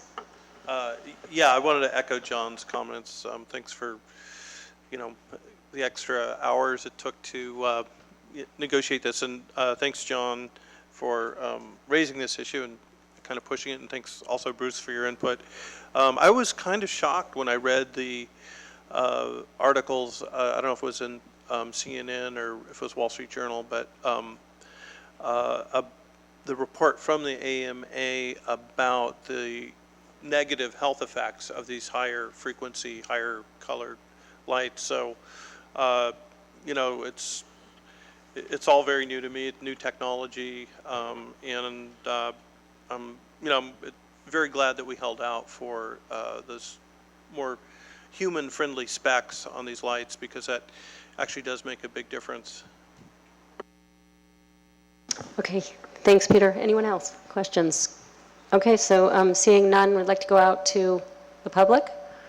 Does anyone have anything to add or subtract from the LED conversation? Nothing to add or subtract, but just to give my thanks to Garrett and to the council and to all the people who've worked on this, Cassidy DeBaker as well. There have been a lot of people who put effort into this, and appreciate it. I think we're going to be happy with them. Thanks. Okay, excellent. So anything else? Or someone ready to make a motion? We're receiving the update, or is there not? Motion, action item on this? No, there's no action item required because it appears that us moving forward with this proposal is fine by the council. Well, I also want to thank you for going the extra mile. We appreciate it.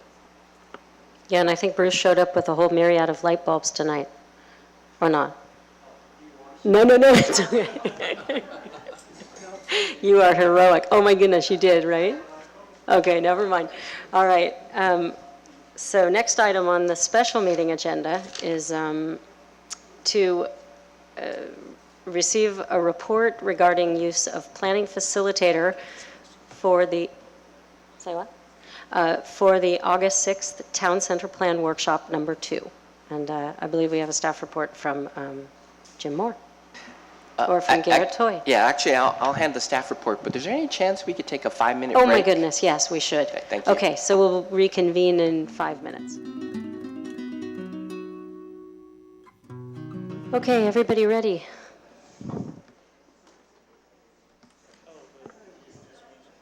So I'd like to reconvene the meeting. Yes. Are you ready? Okay, so we will continue on to the second item of the special meeting. Mr. Toy or Mr. Moore? Sorry. This item actually has to do with, we asked to receive a report regarding use of a planning facilitator for the next workshop scheduled for August 6th.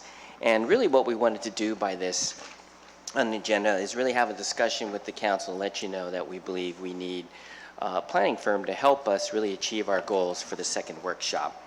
And so maybe to back up a little bit, the first workshop was held in June 14th, and while I think Council Member Reed indicated about 80 people attended, so it was well attended.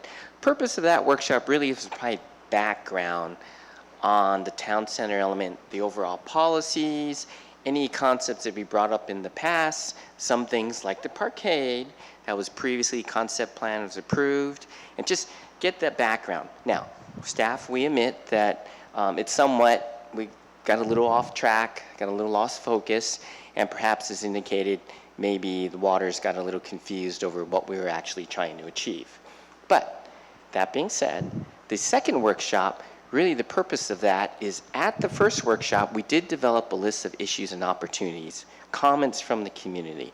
That's actually reflected in the minutes that you approved earlier this evening of the 40, or I forget how many comments that were received. This workshop is actually meant to get into more detail over some of the key products or issues related to that, to get more feedback in order to develop certain options for the community to consider. But I think at this point, probably the best thing is the mayor indicated to me, shared an analogy with me from Planning Commissioner Hamilton, and she described the downtown as a sandbox. And so the first workshop was to set the barriers, not the barriers, but kind of the parameters for boundaries for the workshop. So this is the area that you're going to play in. Now, it is true. Can I just add? Sorry. I was thinking retainers. Retainers, sorry. Retainers, because sand could spill out, that's true. Okay, so some general guiding parameters by which to play in the sand. And it is true, we have some projects like the parkade where there's a slight little mold, and there's some things you have to address, but you can freely do lots of things to it. And so this second workshop is like playing in the sandbox, where you take different areas, to use the mayor's comments, is different areas, and you can mold things, like talk about those key policy issues that can help you mold something. And just hold that thought.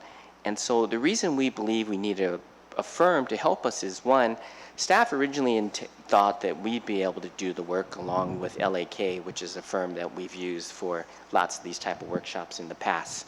But right now, given that with the workload and some applications like the senior housing project that's in the pipeline, LAK and staff are really working on those, and it was determined that perhaps it would be better to bring in a different firm to help achieve our goals.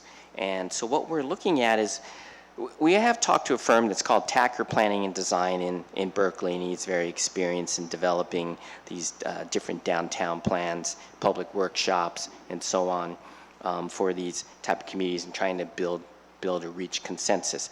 But more importantly, it is true these firms do have their own ideas. And it is true that these firms have certain experiences, and like in Berkeley, he has that. But the key to these firms are they're supposed to have their professional experience and ideas of what has worked. But the key to their expertise is their ability to get the focus, the community to focus on those key issues that are going to help you determine what you want to do.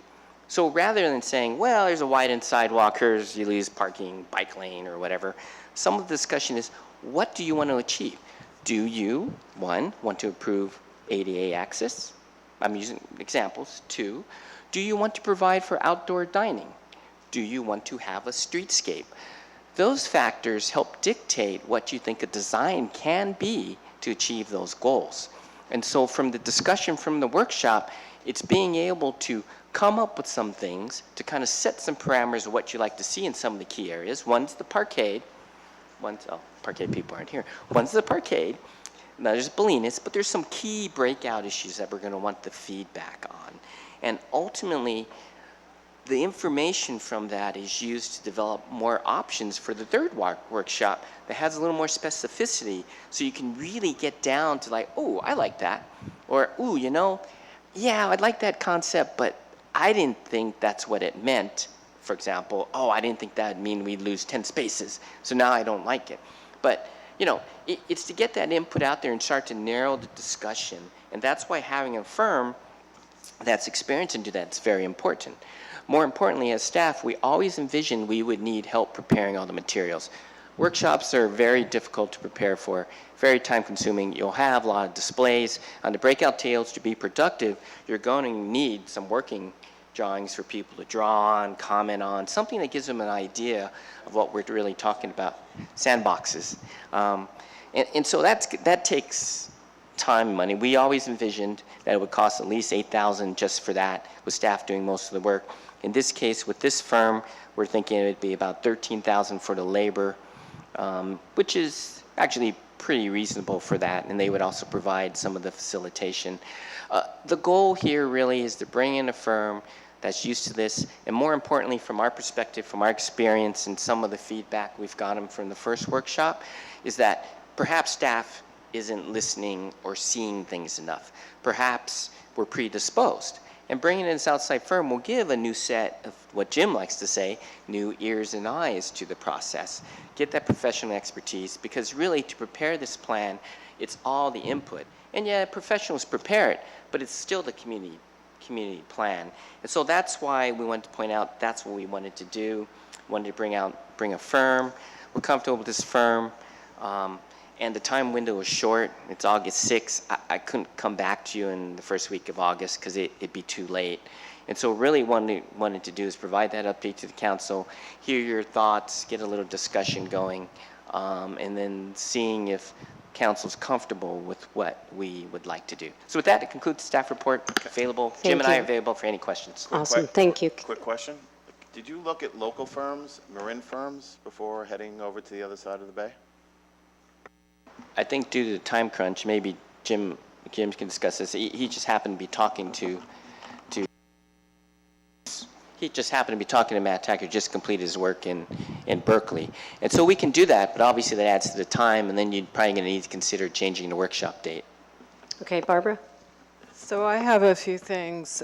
First is, I don't think August 6th is a good time to do it. I think we should move this till September. I know there's a lot of talk out on Facebook that we're doing this in the summer, so people aren't available. I've also know of several members of the community who will be out of town. So, you know, I know these are things that we've put off, and so I want to applaud staff for trying to move forward, but I think we're creating a perception that we're jamming something through, which we're not. As far as using Mr. Tacker, I'm sure he has a lot of expertise, but I have two parts to this. The first is a facilitator is not supposed to have any sort of view. A facilitator may not be very involved in the technical at all. And so when I participated in the Meadowway Bridge workshop, the woman who facilitated that meeting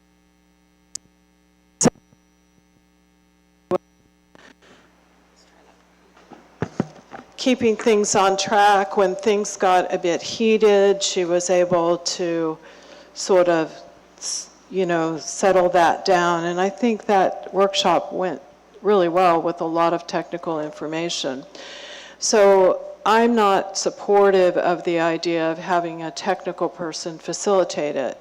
But I also go further than that. I'm sure Mr. Tacker is, you know, very highly regarded. It's got a lot of credentials. I think I very much have a problem with somebody who did the city of Berkeley downtown area coming to Fairfax. That sends a message.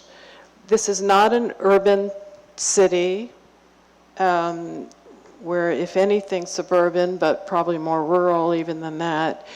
And so I think we really ought to look for local firms that, because and I'm sure Mr. Tacker has so much expertise, there would be a lot to learn from him, but I think we're already getting people very concerned at what we're doing. And I think we need to look at something using, to the extent possible, local firms who have this expertise, and really focusing on somebody who has expertise in our kind of town, which is not a Berkeley, it's not an Oakland, it's not a San Francisco. So I want to thank staff for working hard to get somebody who had a lot of expertise, but I think that's not going to really get us where we need to be. Thank you. Anyone else? Comments? Peter? Yes, I have a couple of concerns. I don't know Mr. Tacker. I don't necessarily agree with Barbara that because he's, you know, worked in Berkeley, he's not qualified to be a facilitator. I mean, I know nothing about his background or his inclinations, or if he has experience with working where, you know, smaller towns. I am concerned about the price. $13,000 seems like an awful lot. I mean, if you're charging $130 an hour, that's 130 hours. That's excuse me, that's 100 hours. That's 2.5 weeks working, you know, 9 to 5, you know, including the time to put on the workshop. It just seems a little expensive for these services to be putting on the workshop. That's a concern of mine. I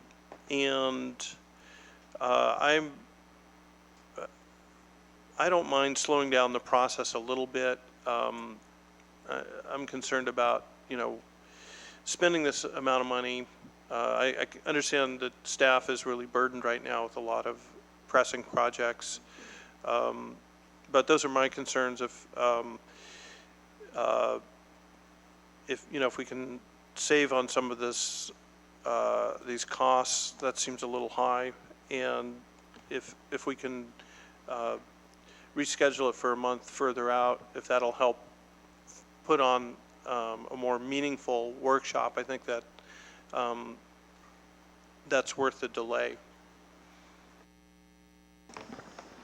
John? Yeah, I mean, I think these are all points well taken.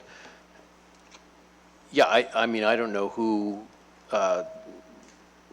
Tacker is. I mean, it'd be nice to have some kind of portfolio thing. I mean, I guess downtown Berkeley is the one example that we have.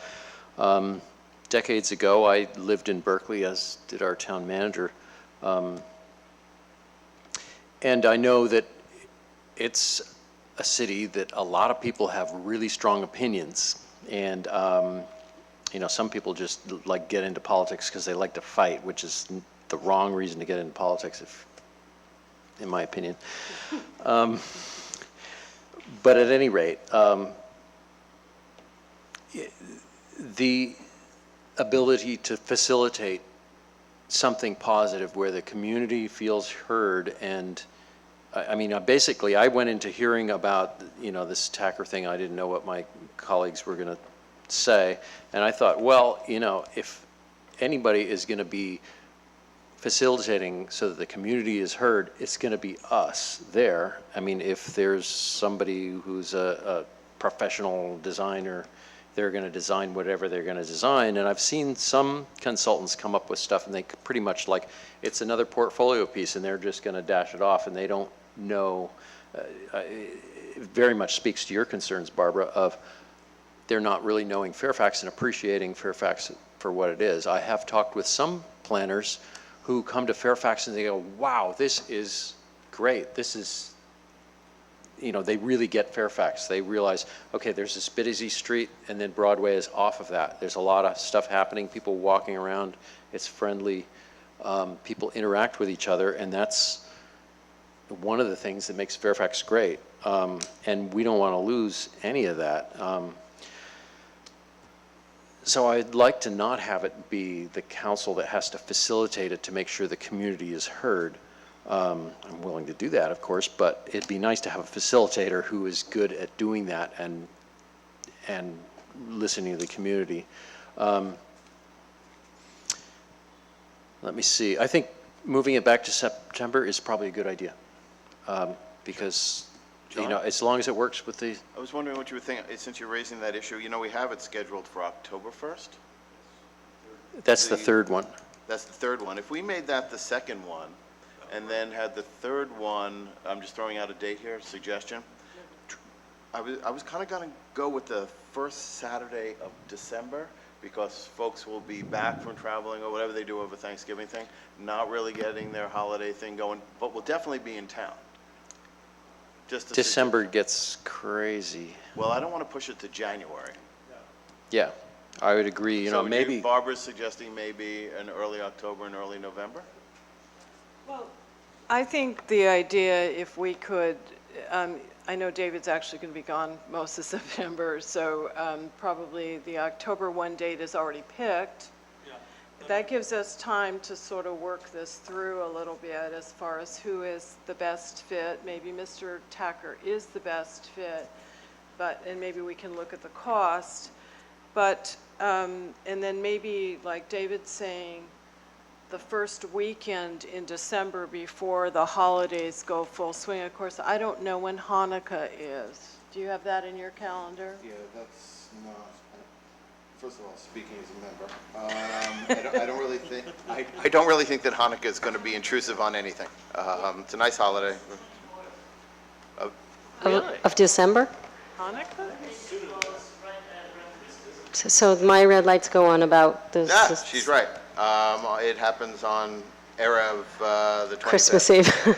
Erev Christmas? Christmas Day, and Hanukkah begins that evening. Okay, so my question, we have Sustainable Fairfax Craft Fair, which has become a very big community event, and I'm not sure if that's that first Saturday. So I have to check. Well, we could probably work with the concept Yes. rather than figuring out the date tonight. Yeah, Yes. personally, I think, going into December is crazy. First part of November makes more sense. We do need to decide for sure whether we're postponing, and I like the October 1st being the new date for the second workshop. I think before we talk anymore, though, we need to go out to the public. Agreed. And has council asked all their pertinent questions at this point of staff? I just have one. Jim, maybe it's a question for you, certainly over my pay grade. The time frame between the second and the third, you would say should be? 2 months.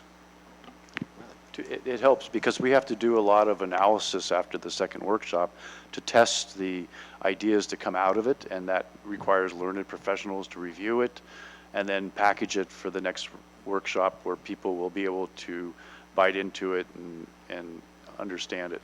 So 2 months, and the October first date is better for us if you are going to push it, because we've got big things in both August and September that we're working frantically on. Okay, thank you. So, And I might add that January is not offensive to me either, because that's after the holidays. Holidays, it's like the summer. and you'll be the mayor. Okay. Yeah, I guess so. So going out to public, public comment, please. I see Norma pacing.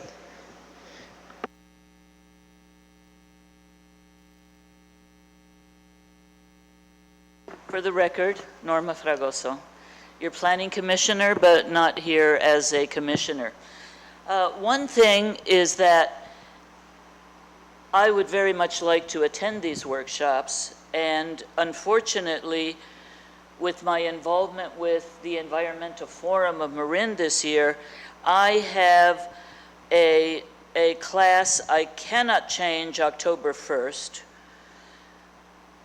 I have one October 15th, and I have one October 29th. So if there's any way to work in between those dates, I would really appreciate it. But more to the point, when I saw the item on the calendar, I was a little concerned because we hadn't really talked about it or heard much about it, and I thought, whoa, what's going on? But as I read the work program, I find that I feel much more comfortable. I particularly like the breakout sessions that are scheduled for the second workshop. This I had discussed with staff before, and I think that it would be a much more productive way of getting community input, to have broader discussions on different subjects, and then the whole group come back together to provide their comments and to review everyone's comments. So I do like that. I don't know this consultant. I know there's a lot of good people in Berkeley, and but I don't know the consultant. The budget doesn't seem out of this world. I mean, it's fairly standard for these types of things. One question I had for staff was, the first workshop was to create the workbook, which I have and reviewed, but then is it a different workbook and design guidelines that get developed for the subsequent workshops? Right, that's good. So those are my only comments right now. I don't think it would be the end of the world if we put it off a little bit, but I'm just concerned about being able to attend them myself on my Okay. every other Saturday being booked. Norma, you just spoke more like a planning commissioner. So I'm going to ask, maybe you could ask your question again of Jim about the workbook, because I can promise you that confused people at home. The question was, at the first meeting, there was a workbook that was produced with some basic information, some basic background information, but as I understand it, there will be a review again of that same workbook. No, a new workbook. No? New urban design analysis? I'm sorry, that was workshop 1. At workshop 2, is there a new workbook? In other words, the consultant will prepare pages that people can work from and provide guidance in how to handle those breakout sessions, right? Yes, to some extent, yes. Okay. And along the way, Norma, I thought you were heading towards development standards and design guidelines. And we do hope to get out of the entire workshop scenario development standards and design guidelines for how Yes. things should be developed in the central commercial area. That's one product we hope to get out of this exercise. Yes, I agree with that. Just to be clear and back up for a second, there is no town center plan yet. That's what we're working towards creating. And the first workshop, we created this workbook to brief people, the public, still available, I believe, online, or the record of the meeting is available, and we went through it, we had it posted, we went through it, we provided it ahead of time, and it was a background briefing on the policies in the general plan relative to creating a town center plan, the parkade that was approved in concept by the council in 2010, and then a loose proposal about Bolinas streetscape improvements. We did intend at the first workshop to create more extensive boards with leading into the problems and opportunities list, but time didn't permit it. It took a large amount of time just to create a workbook like that. So we didn't get that far into it, but you did get some of the data boards in the workbook that will live on, the figure And graph. we'll review those again, and They'll- as you say, Yes. that would be the session where the community can put their Yes. thinking caps on Yes. and come up with some creative design concepts and Yes. ideas. And just, again, we had originally envisioned this second workshop as 6 hours. We got a little feedback that seemed very long, so we cut it back to 3. It's going to be a hustle to do it in 3. But then there'll be another bite at the apple at the third workshop to review what came out of the second one and what the experts have figured out about it, whether it's possible or not, and that sort of thing. And then I just might say that just, again, since there was some discussion about Mr. Tacker, whoever the consultant is, we had talked about 80 hours of work at his blended rate of 160, and then he was going to carve out some of that for an underling that helps as a gopher and, does a lot of the menial work in preparation and at the event. So, but that is pretty standard, and that's actually pretty reasonable in the industry. That was my understanding too. And again, this was within the purview of staff, but we wanted to take the extra step to bring it to you since there was some concern. We had a very tight window once we decided it would be very helpful to bring someone on, and you can't always get somebody of this stature, and it just so happened that he had a window. Okay. So. Thank you. And it sounds like we're slowing down a little bit, and thank you for your comments, Norma. Anyone else in the public like to speak, question? Please come forward. And just, if you'd let us know your name and your address if you're comfortable telling. Okay. Hi, I'm Florence, and I'm 277 Scenic.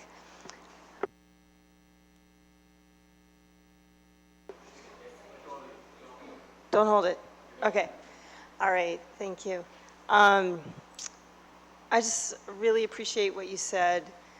I agree that I think we need a more local, more rural, small town mentality person guiding that conversation, and let's see what else. I'm trying to this is a big project, this is huge, and I'm trying to understand when is it finalized? Okay, so we had this first thing, for me that was an introduction. I was like, oh, whoa, okay. These are possibilities, these are parameters. I'm just trying to understand. And then public gets to say how they feel about it and how they want to design in the play box. Yes? Second workshop.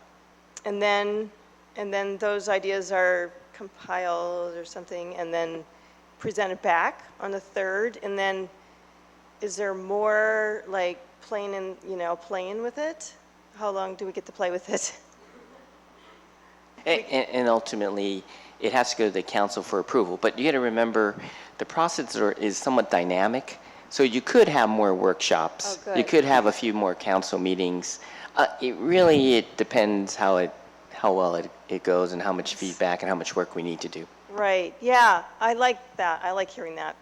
Yeah, it's because I think it is a very interactive, and hopefully the people are in a good spirit of that interaction, and listening and willing to co-create, instead of fight about things. And I can see it going on for a while and evolving and coming with something beautiful created by this evolving conversation.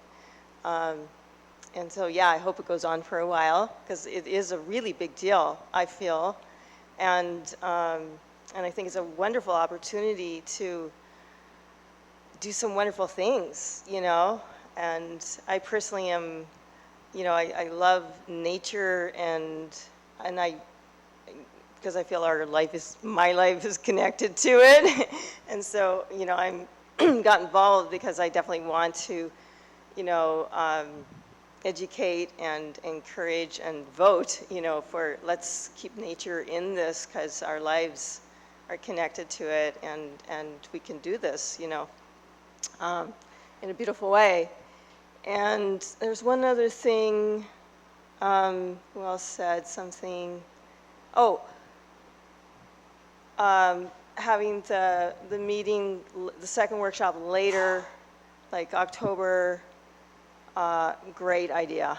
I think that's such a fabulous idea. So many people on vacation in August, and I've been hearing it already, and I was just like, thank you. I love that idea. And then I think it's totally fine to go into the new year because I see it getting crunched in with the holidays, and that's not going to serve anybody. It just gives more tension. And, a little more time is okay. We can just take a deep breath. And I like the idea of January. And thank you. And I just want to thank you all. I'm just really impressed with you all. I'm just new to this, and I like you guys and ladies, and I'm just really impressed, and with your civility and caring and peacefulness, and just you seem really smart and articulate, and I thank you. You're really doing a great service, so thank you very much. So I think that's all. Does anybody have anything you want to say back? So just thank you right back. Okay. All right. Jim. I wanted to thank you for being at the workshop and for your comments right now and for your helping give us an opportunity to explain it. Yeah. And so thank you very much. And I just wanted, if I may, just address for a moment, Mr. Tacker has a very varied background. It's probably moot now, but I just thought since it was brought up, he's worked at all levels from urban core to the rural edge. He's had extensive experiences throughout the country at all levels of what we call the transect, from the city core to the urban edge. It's probably moot because we probably won't have the opportunity to use him now because of his schedule, but I just wanted to throw that out on his behalf. If you could, in your search, if he is not available, or if you go in a different direction, it would be nice to keep the money in the county. First, look at Fairfax. Are there people here who have that expertise and can fill that bill? And if not, certainly I find it hard to believe that that expertise cannot be found, as we found with LAK here in Marin County. Not to prejudice against other folks in other parts of the Bay Area, but we like to keep the money here at home. And, Barbara, yeah. and I would suggest that, I know it's going to be tough because our next meeting is just in a couple of weeks, and I know we don't want to wait till September to choose, but I think it would be good to look for more firms, and I'm agreeing with David, but also bring back to us kind of, not a CV, but something that tells us what people have worked on. So at least when you come to us with your recommendation or what you're saying you want to choose, you could talk to us about other folks that you looked at and give us a little more. So, time permitting, now that it's October 1st, we can come back to you theoretically in August what we've figured out. We're moving pretty quick, so Matt Tacker was actually not available this week, so we just couldn't put that all together. But I understand what the council's input, direction is, and so we'll report back to you in August with some agenda item to talk about it. I have a few more things I wanted to talk about, but did you have something really quick because you're still standing there? Yeah, just one more little thing. I think it would be good to say it to everybody. I really loved how you handled the public comments that came up earlier about the parkade. And, I was with some of you, and I was like, it would be so easy to just like pass it now, like there's no problem, like just secure the money. But those that held the space for, for co-creating with those who were feeling concerned, like, could you just like wait 2 more weeks and, that will keep us peaceful and create peace. And I was really impressed with that. That was important. And I know it was tough for some, and even myself a little bit, honestly. So that's why I was so impressed, because I tend to really go for the peace, but actually you held the space this time. And, you know, Thank you. that's a beautiful thing to do, you know. Okay, Great you're piece. you're Thank invited you. back anytime. Okay, Thank you thanks. so much. Bye. I wanted to just, you know, part of why I asked Garrett to put this back on was more of a general discussion as well, based on a lot of feedback. I wasn't at the meeting, but or at the workshop, but I did watch very carefully. And so one of the things that I was hoping to sort of pull back on, and someone mentioned looking from 30,000 feet at this thing, and I can say that I know that John and I have been so excited about this conversation, about this discussion of this town center, to hear all the amazingly creative new ideas. We have a new community, whether we like it or not. We have an old community and we have a newer community, and everyone is living here and loves here equally. That's why we're here, and we spend a lot of money to live here. So I really would like, if we could possibly reboot, I'd like to reboot for workshop number 2. And I'd like to pull it back out and get everybody excited. And I appreciate what you said, and that is that everyone comes into this room with nothing but possibility. There is nothing done. We can explain that in a million different ways, and all that it does is drive us into more confusion. But the reality is that this is our chance. And really, truly, we've been excited as citizens, as people who've done lots of fun things in the community, are now in a policymaking position to invite everyone to a brand new table. And if there's anything that I could possibly say to invite people back with a refreshed way and looking at nothing but opportunity, I think there's a place for that. Not to sound too way out there, but in this next 2 months, as we're discussing how we put this together, if we're discussing who might facilitate, I do have a concern about the facilitation, because I don't think the facilitator should be the tech person, but I'm also concerned about cost, because if we do a very good and very community-minded, you know, person who's in tune with our community, and then we have a tech person who can, you know, create the boards and do the work plans and give us things to do in our sandbox, staff can't do that. So I'm afraid of adding to the money, but I'm also very afraid of losing our excitement, our objectivity, as if we are all looking at this together for the first time. What we have is goals. That is our town center element. Very clearly defined by the public for many, many years, but we have new public, we have new businesses, we have new ideas, and they all need to be part of what should be a very exciting process. So one thing I'm going to request, and I don't know how everybody feels about it, is that we make this back to a 6-hour workshop. I know what happens once you gather people, once you then introduce what in the heck we're doing, once we review what we did do, why we then we sit and we have an hour and we all play in the sandbox and we all do whatever we do, and then table facilitators try to then say, hey, report it out, and then we close the meeting. We'll have recorded a lot, but 6 hours of well-planned, really exciting working together, and we have some fantastic facilitators who have come up, and I don't mean that that be the grand facilitator, but that we'll come together. I think that we have an opportunity here that should not be squished, and that should be carefully rebooted. I don't know what people feel about that. I have strong feelings against 6 hours. I brought it up initially, and also I've heard from a lot of folks that they were grateful that it was moved back to 3 hours, because as much as we want to do this stuff, there's a limited amount of ability for people to stay engaged.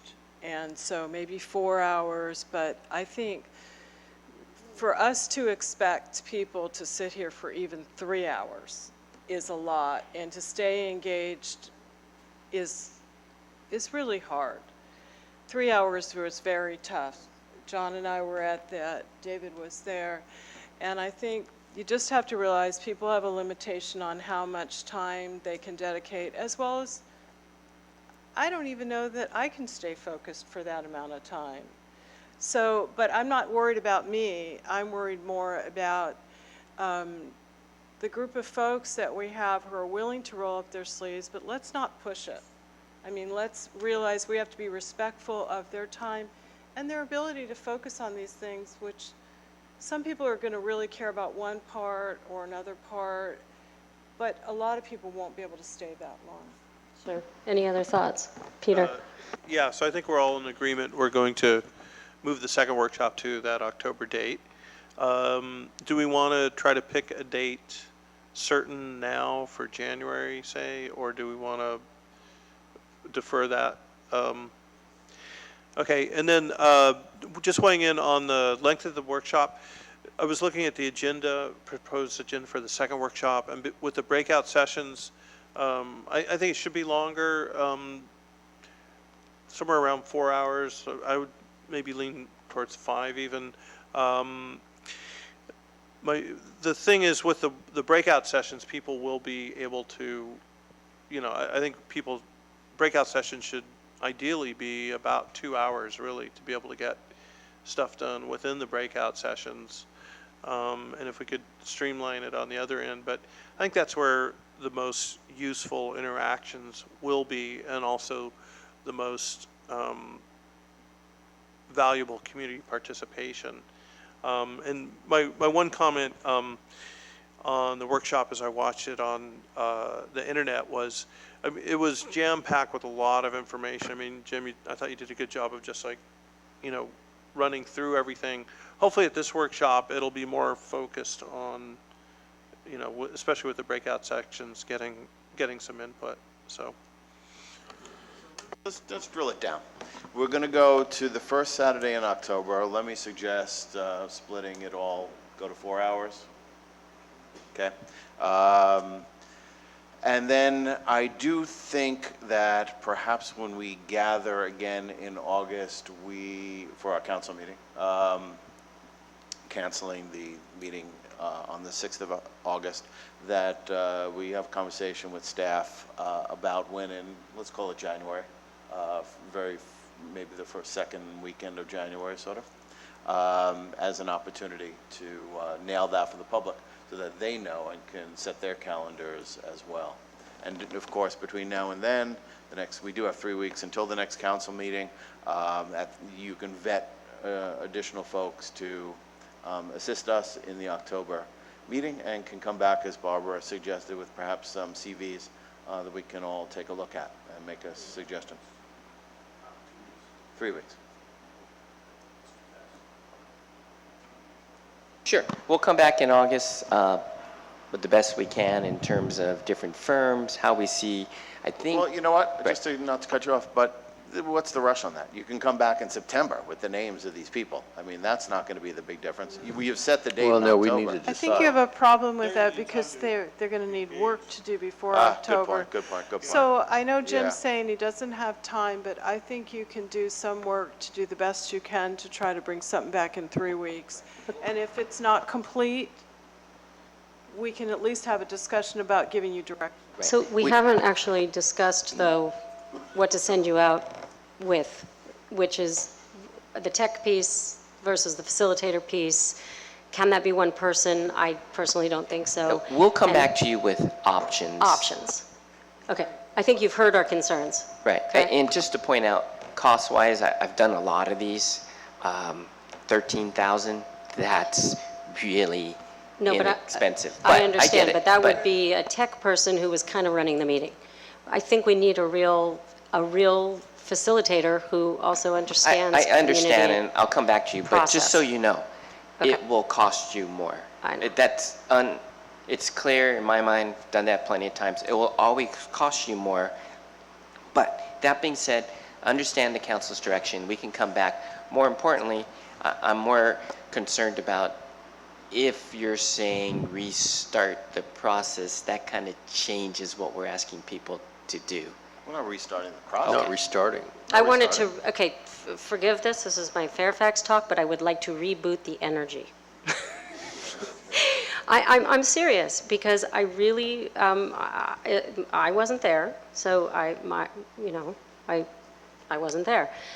But watching it, I sat there with a sad face emoji, because I really thought this was an opportunity that we did not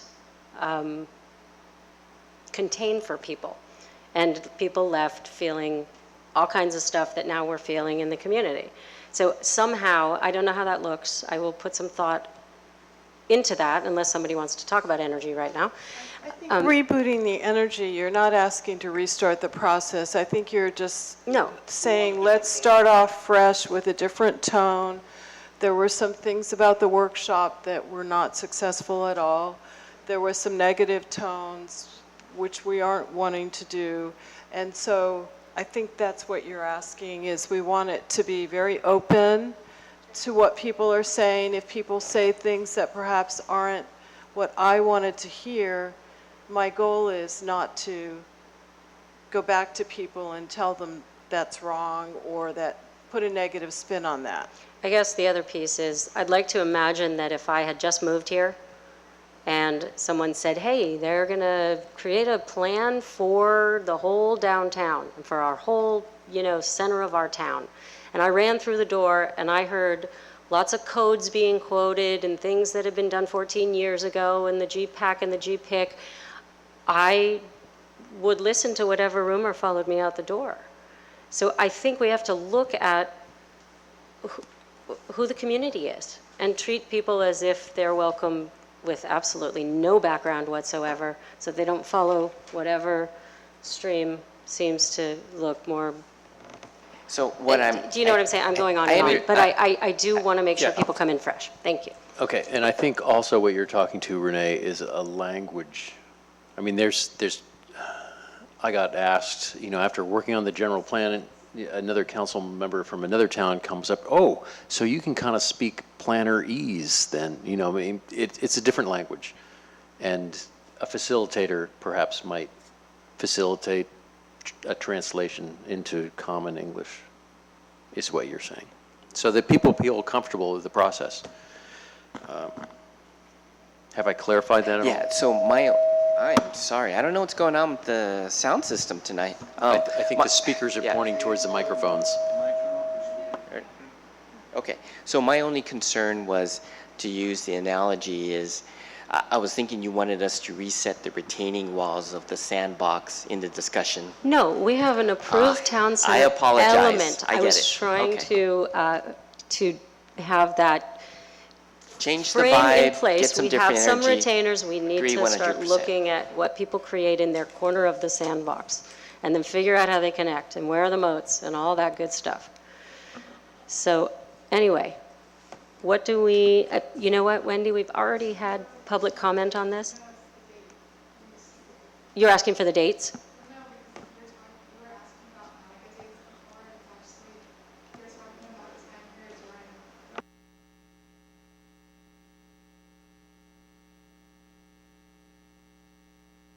No, we're not. Really? Did they fall in? Let me make sure that, let me look at my calendar, cause, no. Are you talking about Rosh Hashanah now? Hold I know. on, hold on. Wendy, we can't hear you when you don't talk with the mic. I just thought you had another comment. I think we looked Hold at- on 1 second, please. Hold on a second. I know that we looked at this. Let me just check.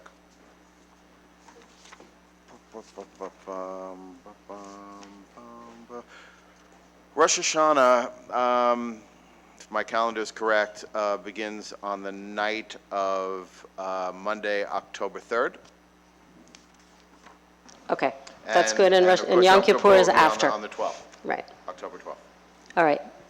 So, thank you, everyone. So, Garrett, what do you need in terms of I don't need direction? any action, just from your discussion, we know that we need to come back with August to address the various concerns and have a further discussion. Okay, so a really important thing, though, before we close this item, is how are we going to let people know? Because we have made lots of announcements, and we've got things posted Let them know about August that or we're the new not workshop. doing the workshop on the 6th. We will post all the information on the website, ultimately, Why don't you in the send it out on newsletter. Nextdoor as well, because a lot sure. of, that Yeah. the workshop date is changed to October 1st. Yeah, I think we need to put it out everywhere we can. Yeah, the usual stuff, And I- newsletter, webpage, et Yeah, cetera. and I would also really like to have a banner be created, as we did with the housing element workshop. Actually, we were planning for the August one, we just not. So we'll do for the October one? Right, so we'll do it for October. Okay, excellent. Sounds great. Okay, thank you. So now we can, do we need to close the special meeting? So we will close the special meeting and return to the regular agenda of the regular meeting. With item number 11. Renee, could I make one quick announcement? Yes, please, Barbara. There's one announcement that I should have made, and that's briefly that Wendy Botwin came in, and she sent an email out to some of us that on Friday at 9:45, up at the top of what used to be called Gunshot Fire Road, the Rangers are going to install the plaque for the new name. So I know she invited some of us to it, and I won't be able to be there, but I wanted folks to know that that's being changed, and we know Wendy had a lot to do with that, so thank you. Okay, thanks, Wendy, so much. So returning, we'll take up item number 11. And item number 11 is, yes, Okay. Item 11 is, take it away. has to do with approving the permanent bike rack configuration on the corner of Broadway and Bolinas. You may recall back in November 2014, the council approved the temporary installation of a bike rack there in front of the coffee roastery.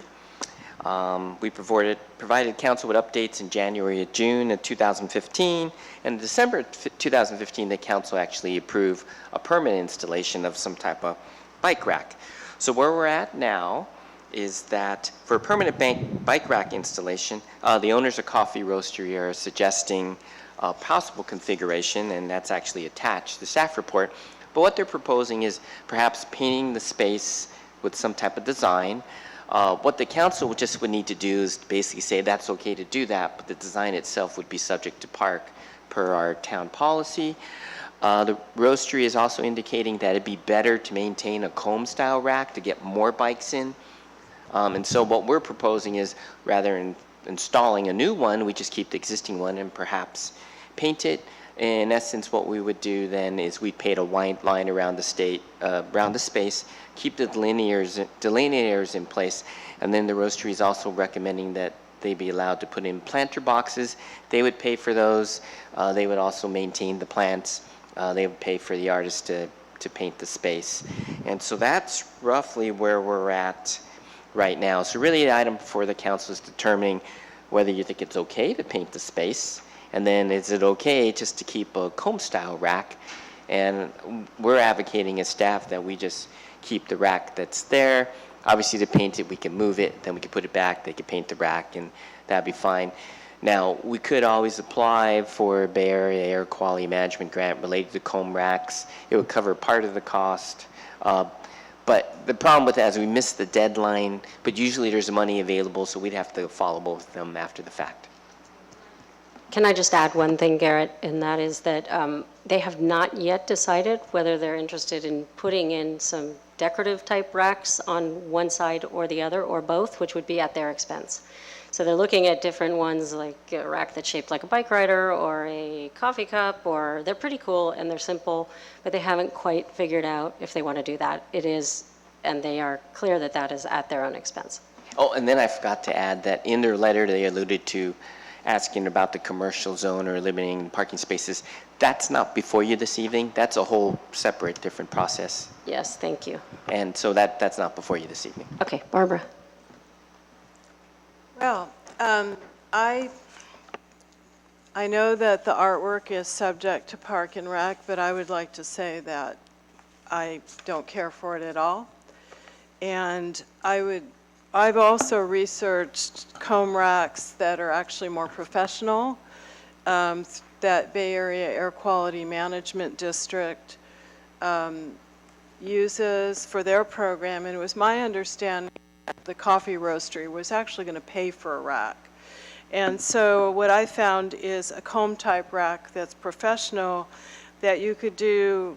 I checked on the size of the space. I can give it to Michelle or to you, Garrett, but you can do two side by side. You can fit actually probably 24 bikes with two side by side or even more. So it would accommodate about the same number of bikes. It would look more professional because I frankly think that bike rack is looking very worn and tacky. And I think with the artwork would even be tackier, frankly, in my opinion, to use an unprofessional term. And so I guess I can give this to Michelle, or maybe we can pass it down through the group. But we have options to get something that really looks better. And given that we're doing an experiment down near Iron Springs, why not really look for something that holds a lot of bikes, but is something professional, you know, that will hold up over time and not look like that horrible comb rack, in my opinion. But I love the fact that we have a rack. Thank you. John? Yeah. Yeah, I've talked to a lot of users of that rack, and I've used it myself with different kinds of bicycles. And a lot of people don't like that comb rack because it's kind of homemade. I like comb racks in general, you know, that you can put a lot of bikes in, and some of these examples that Barbara brought in seem like to hold a lot of bikes. There's also a bike rack in front of the bike museum, and these are people who know bicycles. It holds a whole lot of bikes. You can get into it from both sides. You can put them close together. You can get your bikes in and out when there's another one right next to it. That's probably a good place to start. I mean, this is our a temporary bike rack that we've used it over here by the farmer's market, you know, and we've used it down here at the corner for a year. You know, there's another one. The feedback that I've gotten on from bicyclists is that you put road bikes in from one side and they all fall over. I've seen the whole row fall over. And that's because there's not a wheel stop on the bottom side. And on the other side, there is a bottom wheel stop, but it's only this far away from the comb. And so if it was back here, it would hold the end of the wheel. And so basically it serves as a pivot point. So anyway, it's a bicycle rack that's not designed by bicyclists. It's the short description of that. It could be modified to make it a lot more effective. Pretty easy for a welder to do, I think. So that could be a project to make our temporary bike rack better. We need a temporary bike rack. We do a lot of things around town, but I think this needs a good bike rack there. I agree with you, Barbara. Getting a grant for one bike rack is probably not an efficient use of grants. I think they wanted to pay for it. Let's pick it out and have them pay for it. And there's actually we need to clarify that style is, you would get two of them. And so I just think the comb rack idea holds more bikes, but if somebody can just pass that to Michelle, so she can have it for future. But I just wanted to say that was what I was looking for, something that would hold a lot of bikes. So Peter or David, do you have any? Yeah, I'm not wild about this art idea. I had a couple questions just in terms of the perimeter of the space. They're suggesting that these white plastic bollards will remain in place as a permanent feature. Is that your understanding too, Garrett? Yes, and those are plastic delineators. So Yeah. they're not, we use bollards. Bollards are like metal Yeah. posts, but we're not installing those. You know, as far as our conceptual design, you know, planters in the corner, I think it could be really nice. The artwork, you know, I guess it depends on what the actual artwork is. In terms of the types of bike racks, I'm in favor of as many bikes as can fit there efficiently rather than aesthetic. I mean, I've seen very beautiful bike racks that are almost like, you know, metal sculpture, but I'm more about utility and getting as many bikes there as possible because it's a very, very in-demand bike parking area. So those are the values that I want to see in a bike rack. If it's ugly and it holds 1,000 bicycles, well, that's fine. And you know, the devil's in the details. And other than sort of setting forth those general things that I think the space should look at. I don't know, I think we need to get a bunch of different, someone has to pour through the different bike racks available and, come up with a decision that hopefully will get as many bikes in that space as possible without damaging the bicycles. So can I just ask if any member of the public is interested in speaking about bicycle racks? Nope. Some people are waiting patiently for the next item. So I just actually need to say that their desire is the comb rack. They're very happy if there's a comb rack that's more professional and more updated. The bookends that I was talking about are not to take any place of bikes. It's a matter of just making that decorative, and they just happen to be bike racks as well that could fit 2 on each side. 1 on each side, but 2 of them. So I think we'll come up with a design and things will work out well with that. The question now, and I'm glad Barbara's back, is that my understanding, and Garrett, please redirect this if I'm incorrect, is that we will be paying with the help of the grant if we use particular vendors with that rack, just the rack. And when I took to them this idea that Iron Springs may make theirs very beautiful and they're going to pay for it, they said, well, we'll pay for it to make it beautiful. But it wasn't to pay for the rack. It was to do the planters or the paint on the ground, if that's what is decided, and then the 2 bookend things to make it cool. So was that your understanding?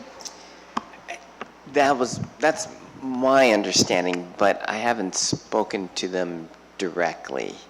And so the issue here is, I get the guidance on the rack. So there's 5 vendors, there's comb racks, and I think Councilmember Reed is referring to the one in front of the museum that's called an angled rack, angled campus rack, that the vendors also provide. And so direction of maximizing, whether it's a comb rack or angled rack, obviously we could figure that out. I've looked at all that stuff. It's the pricing. If the grant's available, it's $60 per bike that can be stored. Most likely, it's not going to cover the full cost of the rack plus freight, is my guess. It's definitely not covering the cost of installation if we have the guys do it. And so the question is it a direction they need to pay for the difference, or no, we pay for the rack and they just pay for everything else? That's what really, for the council, some of the decisions would help in this process. And the other thing is, the grant, we need to wait to see if they didn't allocate all the money, and typically they don't, and then they open it back up, and then you can get the grant. Because the deadline was in June. My suggestion would be to consider, I don't think artwork is necessary. I don't think planters are necessary. If we had a very simple, very nice bike rack, we don't need a bunch of fancy stuff around that, because also what'll happen is with planters there and a bunch of bikers coming, I can see those planters on the ground, mess. So would it be possible to go back to Deborah and others at the roastery and ask them, rather than having all this extra stuff that'll probably just get in the way, why not have us check the price of the rack, and would they be willing to pay for the rack? And especially because they're considering some other some fancy looking bike rack that'll probably cost a lot as well, is that if we just went with a simple approach, would they be willing to pay for that? But we should probably first ascertain how much it would cost. Okay, so could I suggest that we invite Deb and Kelly? They were supposed to be here, but she's sick. And we sit down with you and myself and them, and we get really clear on this and bring it back in August? Okay, that would be my recommendation. Sounds good. All right, moving on. Yeah, okay. Yeah, personally, Can I? one more comment? Yeah. I think that the planters are going to get in the way. I think bicyclists are going to trip over them. They're going to, it's going to be a problem, and they're Okay. going to fill up with coffee cups. Okay, so we'll, yes. Could I ask what agenda item you guys are here for?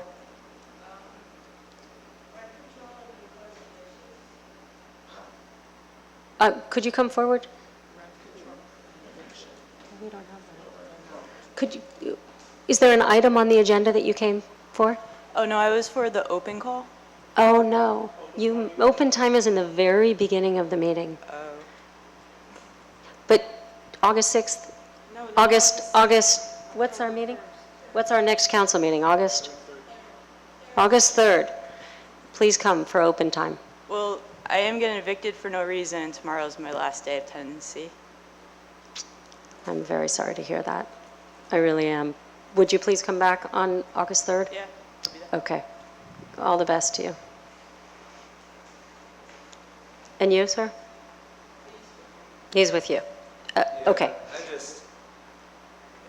We did get our 60-day notice 2 months ago, and we are being evicted after 3 years of living here. No cause eviction. We've never been late with our rent, despite a 25%, almost a 25% rent increase. We live in Center Oaks Apartments. She works at Good Earth. I work at North Bay Gas. She's an artist, and I'm a fiddler. I play at Perry's and 19 Broadway, and sometimes at the Brew Pub, and sometimes at the Farmers Market. We would really like to stay in this community. Okay. Would you Thank please you. come back on the 3rd? Because this is a conversation that is Absolutely. overdue. Okay. It is But very we can't talk overdue. about it right now. Okay. Thank you for Okay. thank you for you. hearing me out while I'm Yeah. here. Thank you. Bye-bye. There is an affordable housing committee. Well, I coming up understand, in and that, June, July, when is that? Actually, so just one point. So the Affordable Housing Committee, of which I'm on and Peter Lex is on, is meeting, is it? July 28th. July 28th at 7:30 in this room. And it's really to talk about a variety of things, but one of the topics is to consider just discussion about this eviction issue or rent control. And we're not going to make a decision on it, but that may be a better opportunity for you to come. Thank you for the invitation. Yeah, I was just, you know what, Garrett, we need to promote that. we just scheduled it 2 days ago. I understand. So, but this is really important right now. July 28th, what time? It's 7:30 and it's in this room. Okay. Thank you very much. Yeah, thank you. Thank you. Have a nice night. Okay, good luck. Thank you. All right, so moving on to, I'm sorry, a little bit. What item are we on? We're on the budget. Okay, so item number 12, and I am assuming that our Finance Director, Michael Vivret, will deliver the staff report. So we've met a couple times in May and in a meeting in June. There was proposals made at that point to add to our proposed budget. In the meantime, also staff has looked at it, modified certain projections, and made some minor corrections. And so what you have before you is basically the proposed budget with those changes in it. All told, the budget is changing by less than 0.2%. The general fund expenditures, or appropriations as we call them in budgetees, increased by $18,000 over the proposed budget. The CIP appropriations increased by $52,000, and our anticipated revenues reduced by about $38,000.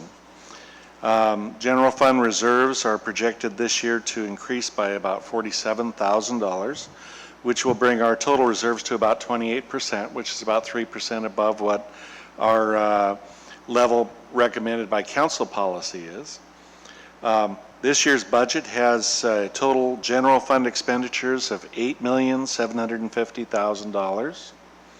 Our CIP expenditures are anticipated to be about $1.85 million.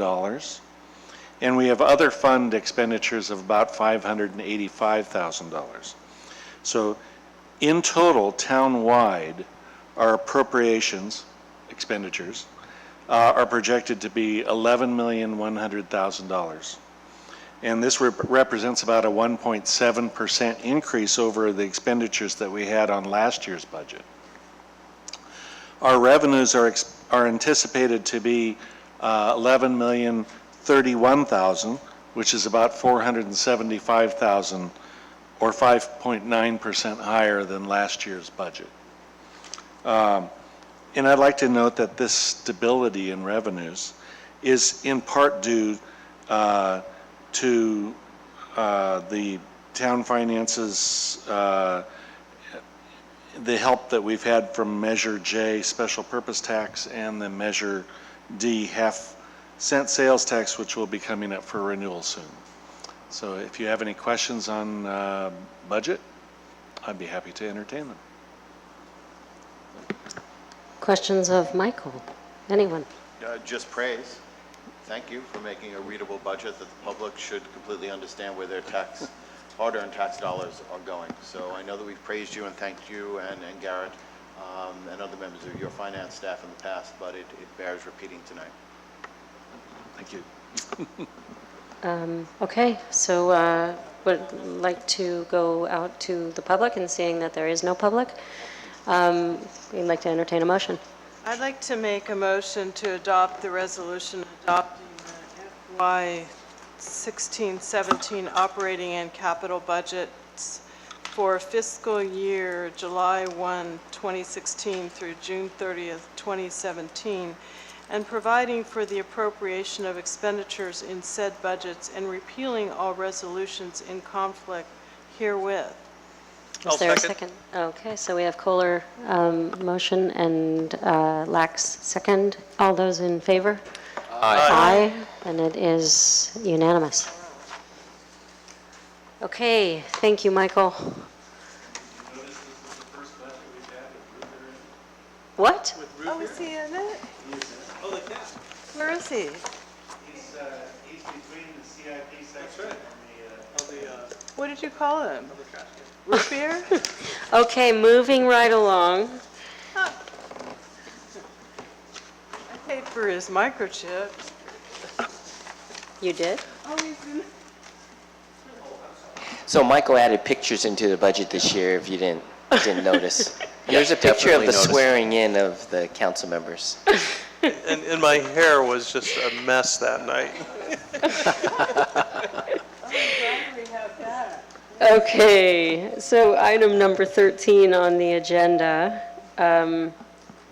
This is the adoption of a resolution calling a special municipal election to be held in its jurisdiction on November 8th, 2016, for the purpose of submitting to voters a general tax measure to continue a retail transactions and use tax for an additional period of 10 years and increasing the rate of said tax from 1.5% to 0.75%, requesting the Marin County Board of Supervisors to consolidate said election with the statewide general election to be conducted on the same date, and to permit the Elections Department to provide election services, and setting rules for arguments and rebuttals for and against said measure. So Garrett, take it away. Sure. As background, as you know, in November 2011, the voters actually approved then what we called Measure D, which is an add-on half-cent sales tax, which took effect in April 2012. Measure D was placed on the ballot by the town council at that time to address the structural budget deficit. At that time, it actually passed by 65% of the vote. A general sales tax measure like Measure D only requires a majority vote, and it was for initially 5 years and slated to expire in March 2017. So in this current fiscal year, Measure D actually generates about $425,000, or about 5% of our general fund revenue. Should be noted, and I've said this before, is that half cent actually lets you capture other sales tax that the regular way, 1% sales tax, you don't capture. Things like auto sales and internet sales, because it's based on the zip code of where the person lives, so we actually capture that 0.5%. Normally you buy a car, it's 1% to that community in which the dealership's located. But since you're a Fairfax resident, we capture that 0.5%. It should be noted, let's see, and I forgot to say what we use the money for. The town uses the money in terms of the general revenues to fund both operations and actually capital improvements.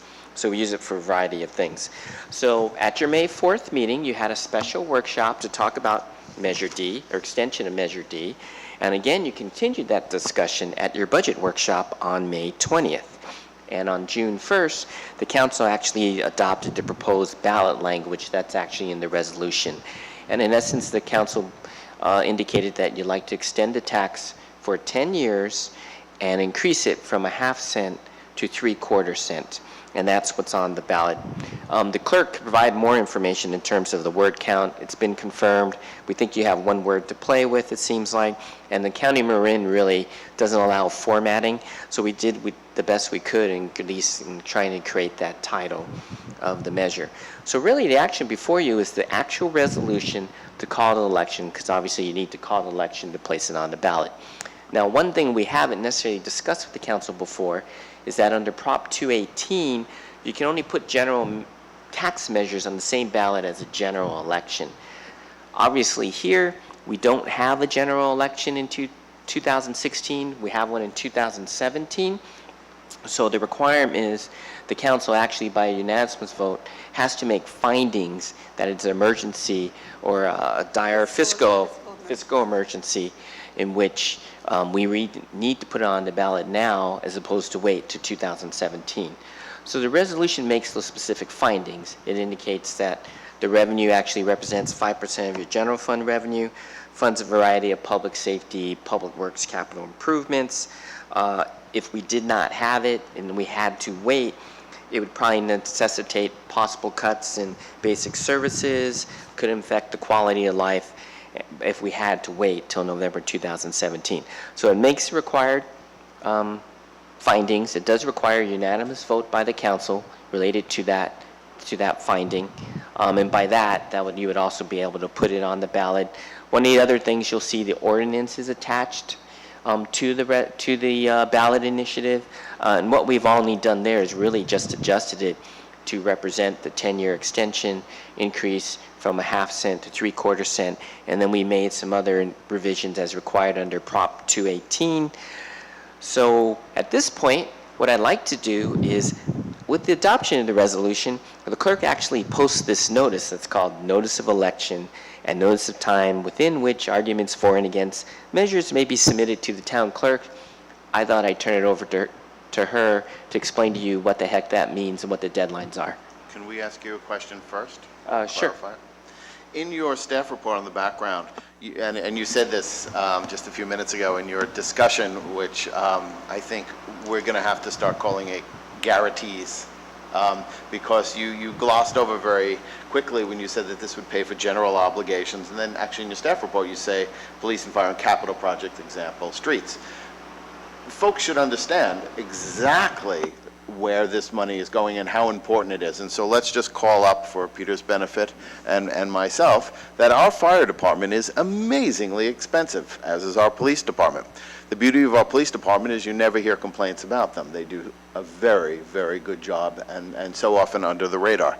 The fire department never has that luxury. Everything they do is above the radar. And it was just a week and a half ago when they showed up in force to, I don't think I'm overstating the case, saving the Ridgeway Avenue neighborhood from incineration. There was a fire that they put out effectively and then stayed all night long to make sure that no embers reignited. That was an extraordinary degree of esprit de corps and professionalism. And so when folks look at their tax bill and say, oh my heavens, they should know that they are buying a highly professional force that comes to their homes and saves life and limb and saves their neighborhoods. And that's critically important as we begin to talk with the community about the importance of not only renewing, but increasing this sales tax measure. And if may, I thank you for pointing that out. And before I turn it over to the town clerk, I should probably point out, I forgot to go over maybe a little more of the fiscal impact in your in the 5-year forecast. Actually in this year's budget, I'm sorry. The 425 number for Measure D is in the past years, so 15, 16. In your 16, 17 budget, it's actually about $440,000, again, about 5% of your revenues. If you didn't have it, obviously you have to significantly dip into reserves and or cut kind of your basic services, which obviously affects quality of life. But more importantly, I forgot to point out that if you increase it and it passes by the 1/4 cent, that will generate about another $225,000 a year, which you would have as a possible resource, because we've always talked about CIP projects, possible resource then to either improve public safety or to add to capital improvement projects. So with that, and the last thing is the election will probably cost, we're estimating $14,000. But with that, I'd like to turn it over to Michelle, your town clerk, to talk about that notice. Okay. Thanks, Michelle. Thank you, Mayor. Yeah, I have to post a notice tomorrow. If you adopt this and call for the election, then I'm required to post a notice of the election and setting the deadlines for the arguments and rebuttals. State law, the Elections Code, is a very thick book, and it sets out a lot of the requirements. One of them is the word count, 300 words for arguments, 250 for rebuttals. And the deadlines, I am choosing to follow the county's deadlines just to avoid confusion, because most people look to the county registrar of voters, and we do consolidate our election with them, and it makes it easier for me to, because we put our measure in the whole ballot for the state, it's easier to meet their deadlines to get the measure into the ballot, the measure question, the language, the ordinance, everything. Any questions? So the due date for, you missed this part, Oh, the the ballot most arguments, important. is it August 22nd? It'll be August 22nd, and the rebuttals August 29th. So how does it work with rebuttals? Do we invite rebuttals? No. How does this work? The way it works. Well, I mean, how do you know you're going to have one? What happens is arguments positive. are submitted with a particular form, and this is laid out in my notice. I have a draft here just in case I have to post it tomorrow.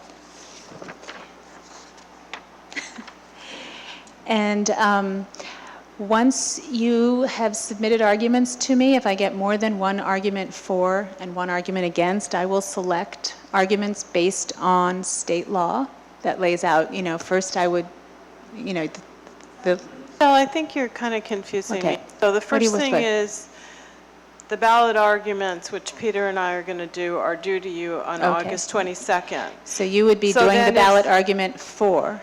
Right. If there's no ballot argument against, there would be no rebuttal, first of all.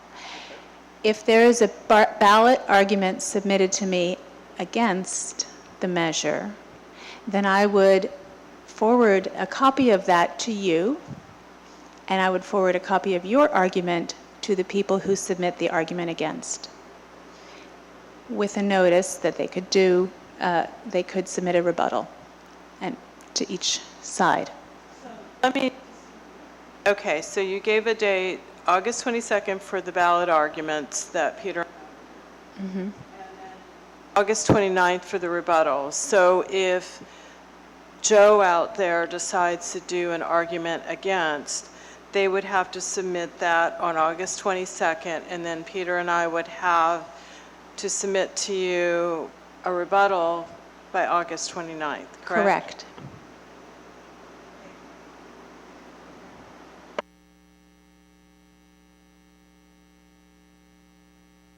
All right.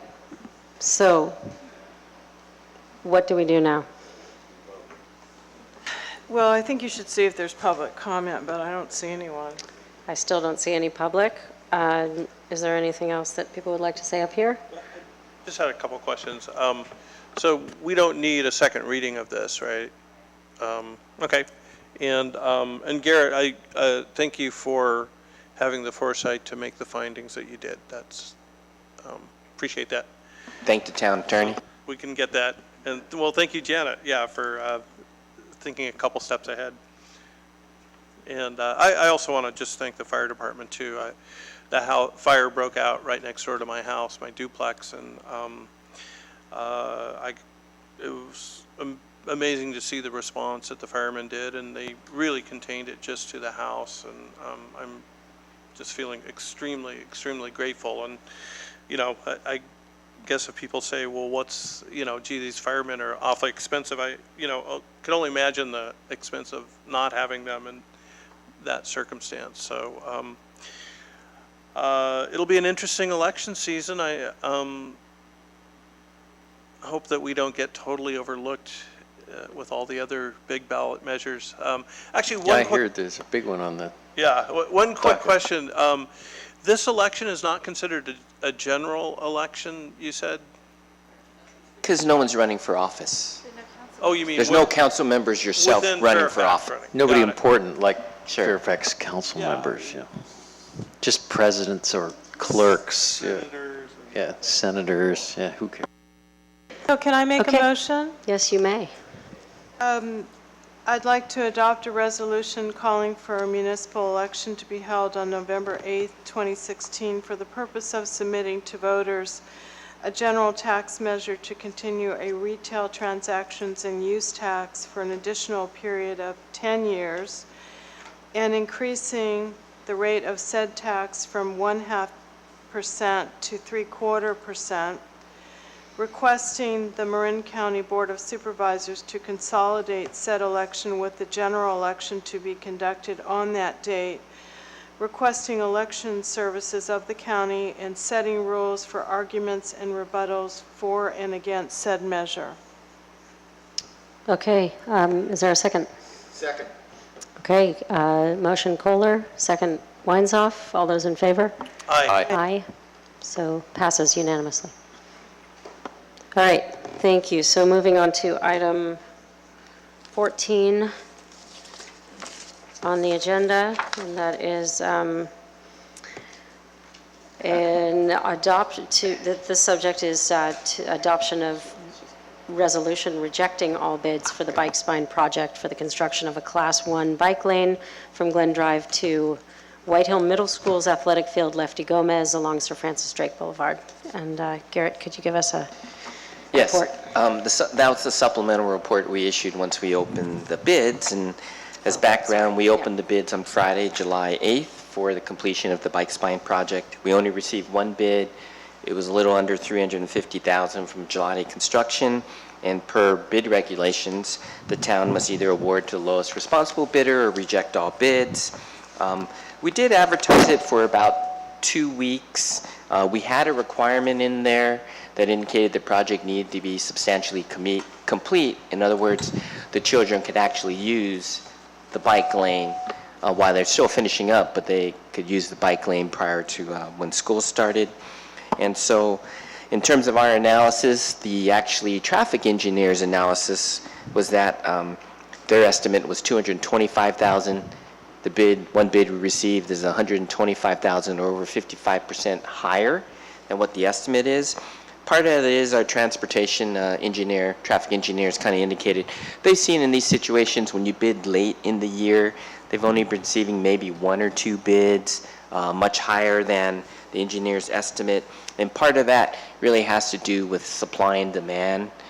Contractors most likely have kind of booked up their project schedule, and then they'll put a bid in this case, just to see how badly a community wants to do something, so they'll charge a higher amount, and it's worth their while to rejigger their schedule. So what we're recommending is the council actually reject all bids, because we believe, in talking to the traffic engineer, that if we rebid this again, say in February, March, it's the beginning of construction season, firms can then have time to build that into schedule, but more importantly, we would have them start in the summer. So if it's in the summer, we don't have this deadline of trying to start by the time school starts, gives them a little more ample time. So we think we can actually get more competitive bids for the council to consider. In terms of budget, we do have a grant from TAM that's covering this, but we only have about $260,000 allocated for construction, which if you look at it, it's really we built in 20% contingency above the engineer's estimate. So at this point, we're recommending rejection of all bids. And does that grant have a timeline of any kind? It probably has a timeline, but the time frame we're on is fine by TAM. Okay, are there any questions of staff? Or are we ready Just a comment. Thank you for the education and the cutthroat practices of public bidding. I mean, that's, we got you over a barrel. Okay, we'll jack it up by 55%. So, interesting, but understandable. So yeah, I think it's unfortunate we have to wait a year, but Yes, the cost savings, I the think, moral of the justify story it. is to get in early. Okay, would anyone like to make a motion to Make a reject this motion. bid? I'd like to make a motion to, Oh. yeah, no public comment? Still no public So no public comment. Continue, please. Okay, move to adopt a resolution rejecting all bids for the bike spine project for the construction of a Class 1 bike lane from Glen Drive to White Hill Middle School's athletic field, Lefty Gomez along Sir Francis Drake Boulevard. And also direct staff to reopen the bidding process next year. Okay, is there a second? I'll second that with saying early next year, but I think you've already put that forward in your report, so. Okay, so motion Lax and second Reed. All those in favor? Aye. Aye. So passes unanimously, and I would like very much to adjourn this meeting tonight in memory of Robert Swift, who is the brother of Fairfax resident Cindy Swift, who gives tirelessly to this community, and in memory of Fairfax residents David Buchanan and Germaine Marie Scafani, I'm so sorry. Okay. Thank you, everyone, and have a good night. Okay.